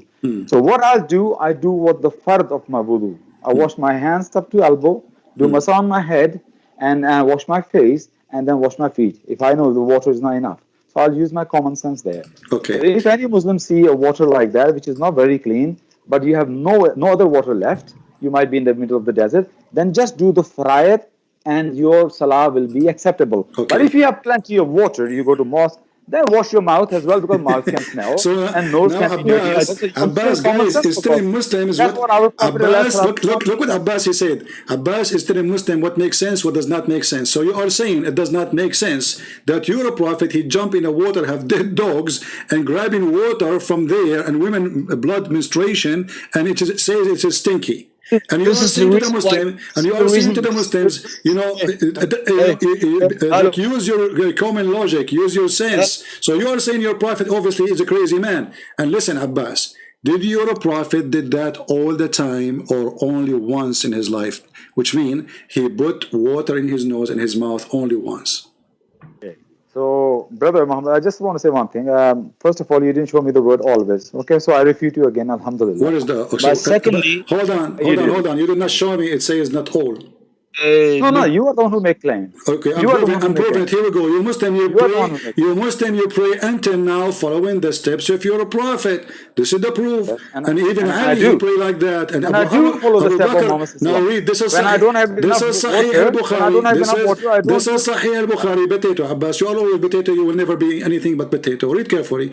This is Sahih al-Bukhari, and this is the wife of Muhammad saying, "I placed the water for bath." You are the one who said that the prophet he never did take a bath, right? He never take a bath. He never take a bath. After what? In the dirty water. Okay, hold on. In dirty water, in no the water problem. of the well. Hold on. Oh, he did never take a bath in the water with the dead dogs. That's okay. He did only wudu, correct? According to that hadith, yes. Okay, but now your prophet doing bath, but that is a wudu too, correct?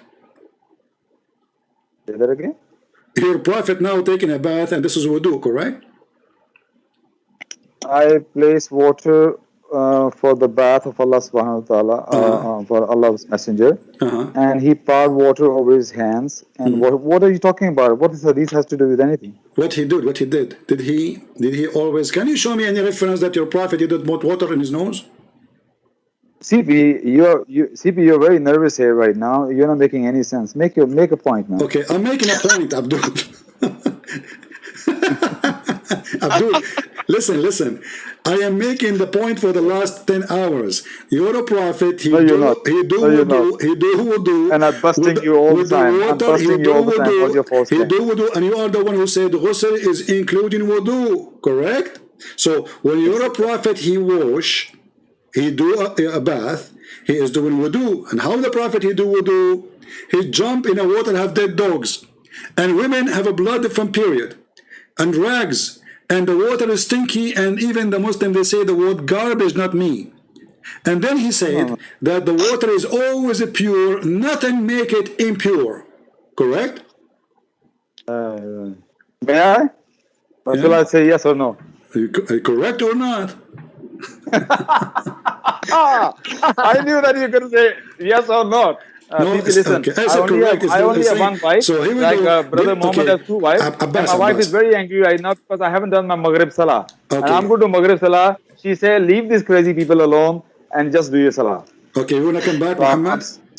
I'm sorry, I have to go. I'll speak to you later, inshallah. Oh, you want to run now? Yalla guide. Yes, I'm going to run there. Okay, take care. Thank you. Congratulations. Both of you, take care. Yeah. What a movie.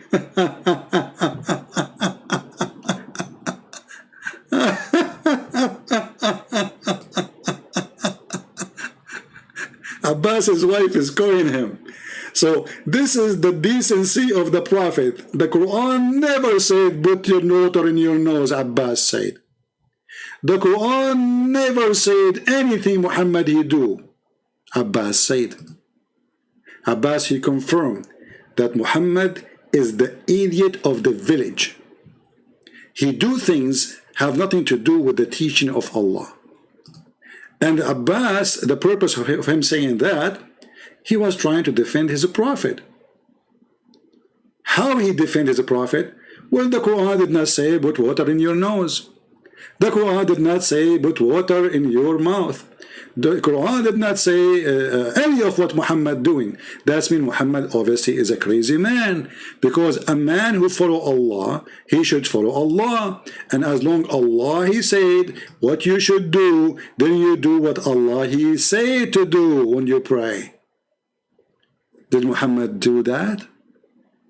According to Abbas, no. He added things is not in the Quran. Allah never said to him, rinse your nose 3 times or 1 time. Never said to him, put water in your ears. Never said to him, put water in your nose or your mouth. Muhammad is a fraud. And obviously he is mentally ill. Because any human being, as Abbas he said, use your common sense. And the funny is, the common sense of Muslims disappeared the second we show them something about Muhammad. Use your common sense. Why you want to wash with water is dirty? Well, Muhammad, he live in Mecca. Muhammad, he have the spring of Zamzam. Which water is better than Zamzam, which is poison water anyway? Why Muhammad don't go to Zamzam to wash? Why Muhammad, he don't go to Zamzam to put water in his mouth? Why Muhammad even putting water in his mouth when the Quran never says such a thing? Obviously, because they have a stupid cult leader who fabricate, who create. Muhammad, he saw how the Sabi'an they perform wudu. He copied what the Sabi'an does. You can go right now and search a documentary about the Sabi and how they pray. It is exactly word by word, move by move, as the Sabi and they do. The copy paste cult maker. In the top of the copy paste copy cult maker, Muhammad obviously is mentally sick.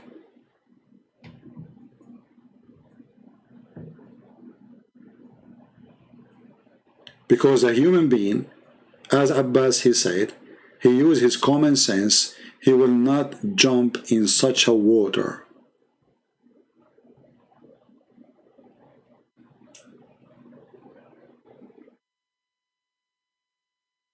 I don't know how much you people do enjoy this movie today, but Abbas was the hero and our friend Muhammad was the director. And I was laughing. We encourage them both to call us next time we go live on air, so we can enjoy it and have fun. Don't forget to subscribe, and please, those who download my videos, don't repost my video in your channel unless you do the following things. First, you tell people that this is not Christian Prince channel. I notice many, there are foreign people saying or claiming to be me. If you do that, I'm going to flag you. You are welcome to download my videos, but put in the note and in the video, because you are doing editing. In the beginning of the video says, please note that this is not official channel of a Christian Prince. We are mirroring his videos. If you want to go and join his videos, either you go to this link or go to Patreon. And you put that down in the info of the video. Same time, if somebody asks you a question down the video, he said to you, speaking to you as if you are CP, you should say to him, I am not Christian Prince, please. If you want, go to Christian Prince to talk to him, go there. I will not accept anyone not being decent. I give my work voluntarily, and I encourage Christians to use it. But don't be a deceiver like Muhammad.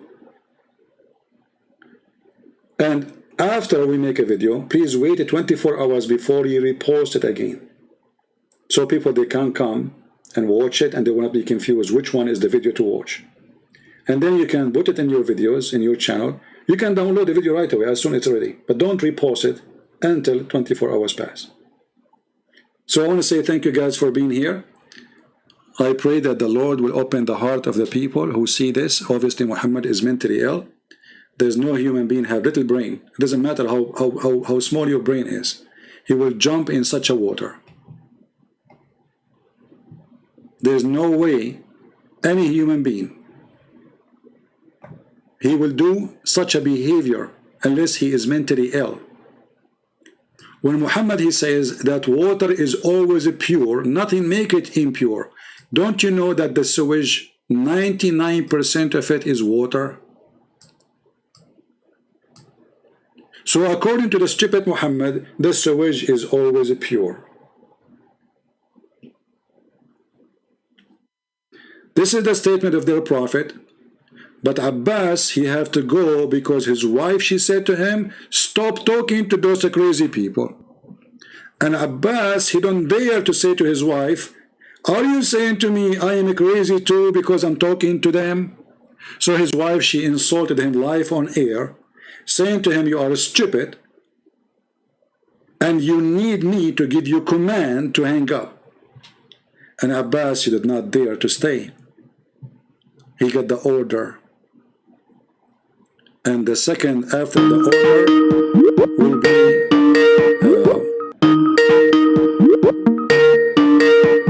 we have a Muslim calling now. Hello? He hang up. Alright, anyway, today we are done. Call me tomorrow, Shihab. You can call me tomorrow. We are done for today, my friend. So guys, I want to say thank you for being here. Until we see you again, and I feel so. I hope, guys, just to check on Abbas if he's okay. I hope nothing wrong happened to him. It sounds like aggressive. There's the wife, she's, she screamed at him and hang up. I mean, the guy he hang up in 2 seconds. Did not even take him 3 seconds. And by the way, we always speak about domestic violence, like Muslim men, they beat their wives. This is not really true. They do beat their wives if they are living under Sharia law. But in Islamic countries, women, they are the one who beat their husbands. If you go right now and search for domestic violence in Algeria, or in Morocco, or in Egypt, you will not find that the man beating the wife. You will find that the women, they are beating the hell of their husband. Actually, just yesterday I saw the news, how a woman, she cut her husband pieces. So I don't blame Abbas, because the outcome is not yum. Thank you very much for being here. May the Lord bless you all. This is your brother Christian Prince, was serving you for today, showing you how stupid Islam is. And if a foolish man like Muhammad can fool you, how foolish are you? And we encourage the Muslims who they claim that they have knowledge to bring their sheikh to call me, because Islam is very shaky.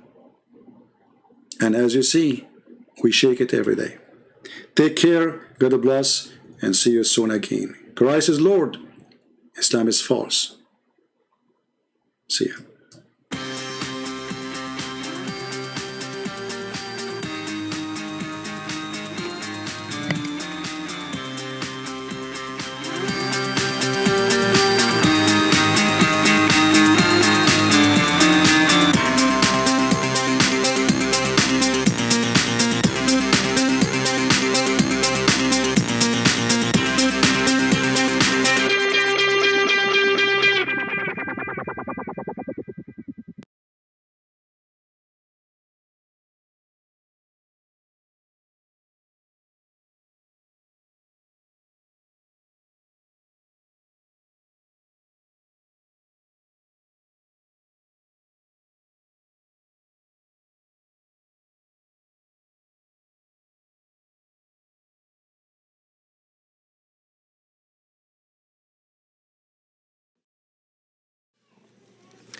Dr. Jeffrey Lang is a professor of mathematics at the University of Kansas, and he has written 2 books on Islam in America, Struggling to Surrender, and Even Angels Ask.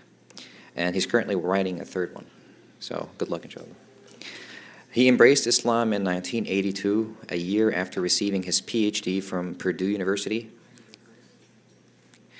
He's married and has 3 daughters, ages 12, 14, and 15. And that's pretty much all I know about him. All right, tonight, inshallah, we'll be talking about and those are his words, and he'll do the explaining, inshallah. The exile of American-born Muslims. That's it. All right.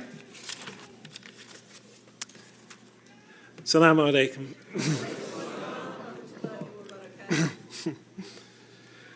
Okay, the exile of American-born Muslims. What am I going to talk about? I'll begin with a question. What is the largest group of Muslims in America? The largest group of Muslims in America? Well, of course, among the Muslims, what's the largest group? Well, let's see. Men? No, maybe not. Women? Immigrants? Converts? I don't know. Well, let's just try to calculate that, roughly.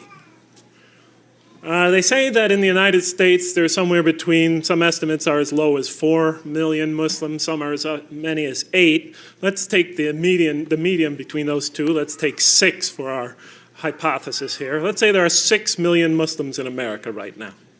I think it doesn't affect the calculations all that much. But let's say there are 6. Estimates are that there is approximately 1 million of those 6 Muslims, approximately 1 million of those are converts. Okay, so we'll take the 1 million or so converts and put them on the side temporarily. That leaves 5 million other Muslims.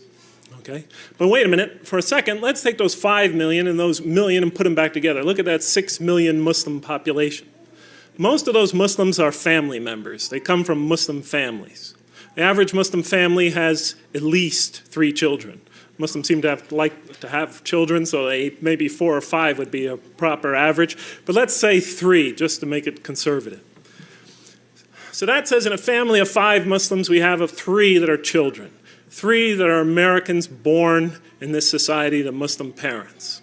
That's 60% of those 6 million Muslims are Americans born of Muslim families in America. 60% of 6 million is 3.6 million. Toss back in 1 million converts, that's 4.6 million. 4.6 million out of 6 million is at least 75%. Somebody tell me where they are. Because I go from mosque to mosque to mosque around this country, to Islamic center to Islamic center to Islamic center, speaking to Muslim audiences, and I don't see them. They're unrepresented in almost every audience I see. Oh, you might have 1, 2, 3, 4, 5 showing up at conferences like this, maybe even 10 or 15. But if you go to most Muslim communities about America and you go to their masjids, you go to their community meetings, you go to their community events, they're not there. In Lawrence, Kansas, we're said to have somewhere now, the estimates are between 500 and 1,000 American-born Muslims living in that community and the surrounding communities. Do you know how many show up to the Friday prayer, week in, week out, or the community meetings? 2. Myself and 1 other. Where is that 75%? The invisible 75% that we rarely see. Through the past 50 years, there's been a large-scale, steady flow of immigrants to America from Muslim countries, through the past 50 years. There were large-scale immigrations before that, but for the past 50 years, almost half a century, we've had a sustained, continuous influx of Muslims from throughout the world.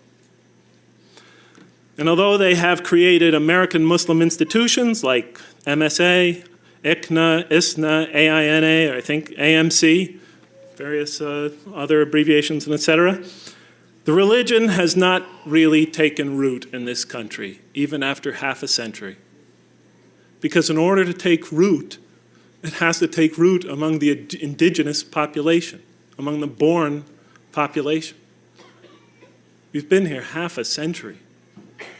When I entered this religion back in 1982, and I used to go to the mosque to pray, I would find that the composition of the mosque consisted basically of immigrant Muslims and visiting foreign students, and a handful or 2 of converts to Islam. In the 1990s, early 1990s, whenever I would go to a mosque anywhere in the country, I would find that the majority of that community would be immigrant Muslims, visiting foreign students, and one or two at most converts in that congregation. When I go to the mosque today, the situation is the same. In 50 years, you could have at least 3 generations of Muslims. Where's the second and the third? We're talking about taking the message of Islam to the world, winning the modern world to Islam. We're not even winning with our own children. So we have to start asking why. Now, we normally hear the usual excuses. The negative image of Islam in America. We could always blame it on the press. But let's face it, I mean, over the last 50 years or so, the press has become a little bit more balanced. Oh, you still have some demonization.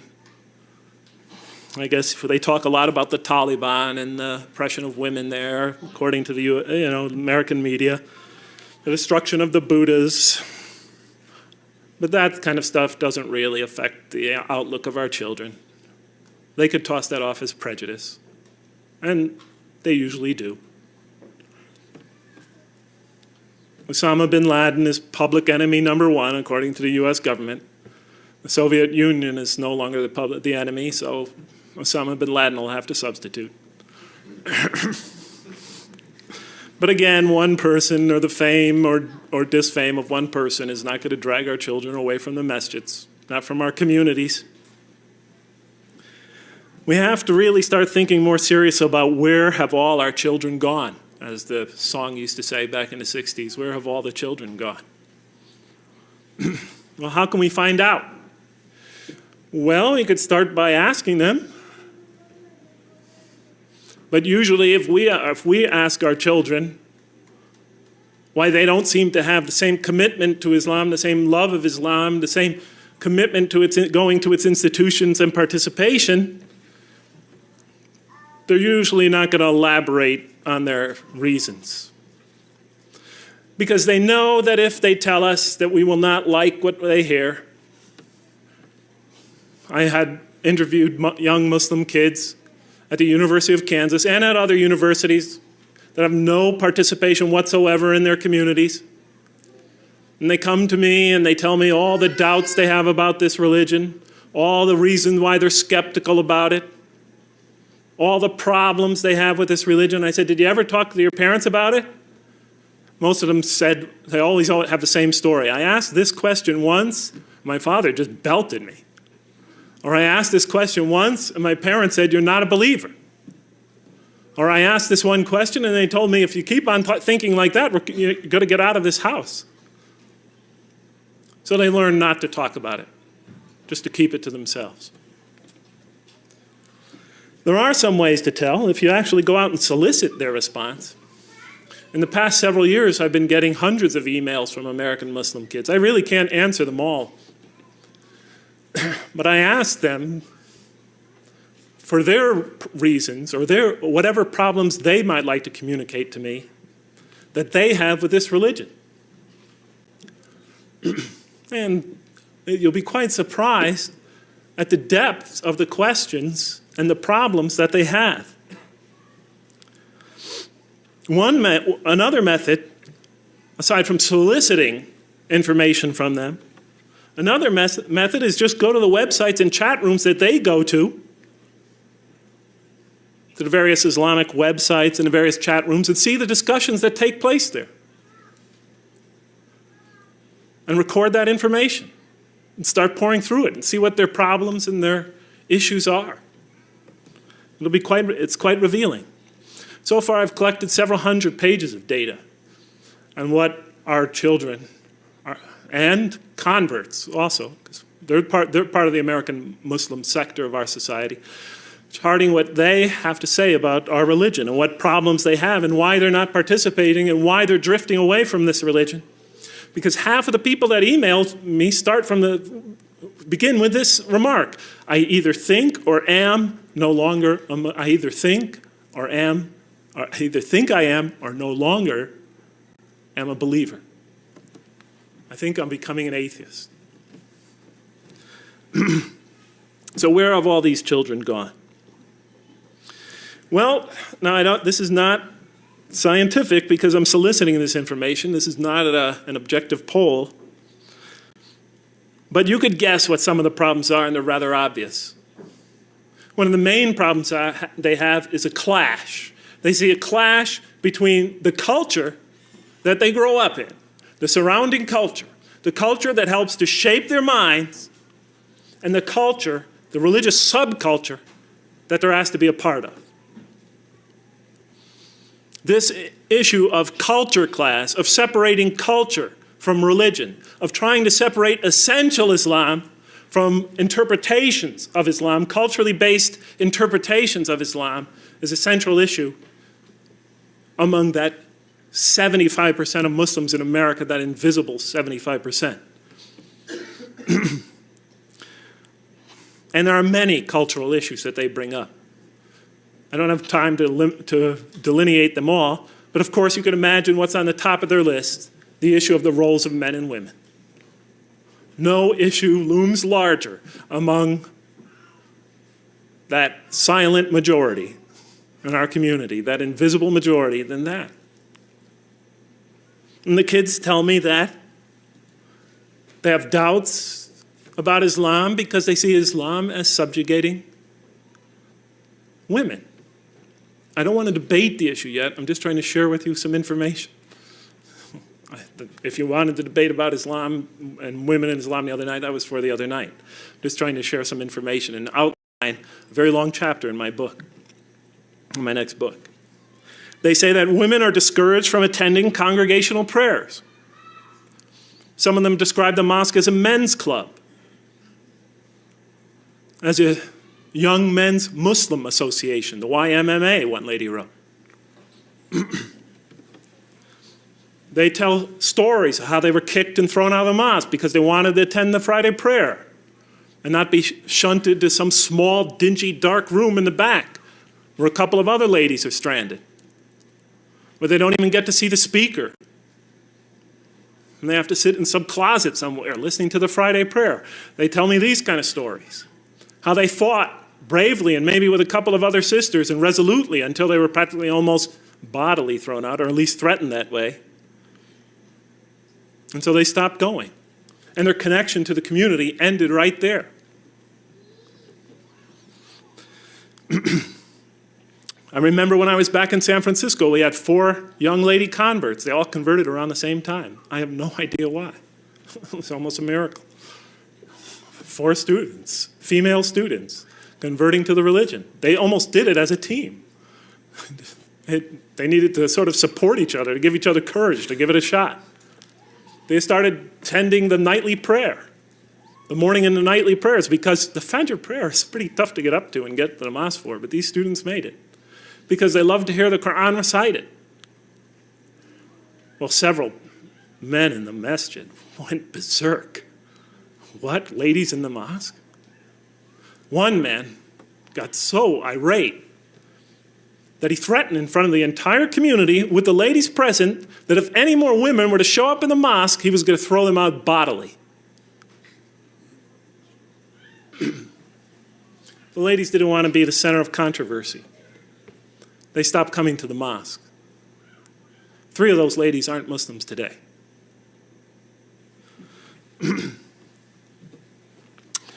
Women are denied positions of influence in our community, denied positions on boards of directors, denied representation in the community, political representation, social representation. We call that disenfranchisement, when you're not allowed to let your opinion and voice and perspective be heard. Community decisions, they complain, are made almost entirely by men.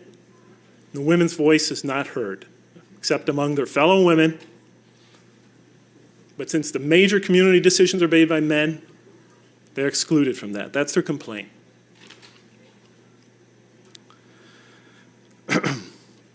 Women converts, so far, have been a small exception, a slight exception to what I talked about so far. Of that 75%, there's a considerable number of lady converts to Islam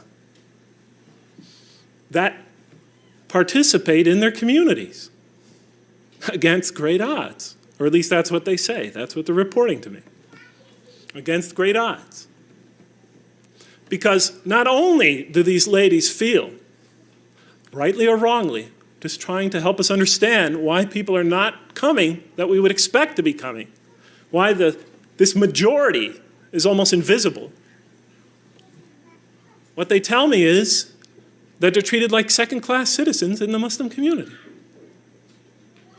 As a matter of fact, they tell me they're treated like third-class citizens in the Muslim community or fourth-class citizens. Because they tell me on the top you have the Muslim men, and then next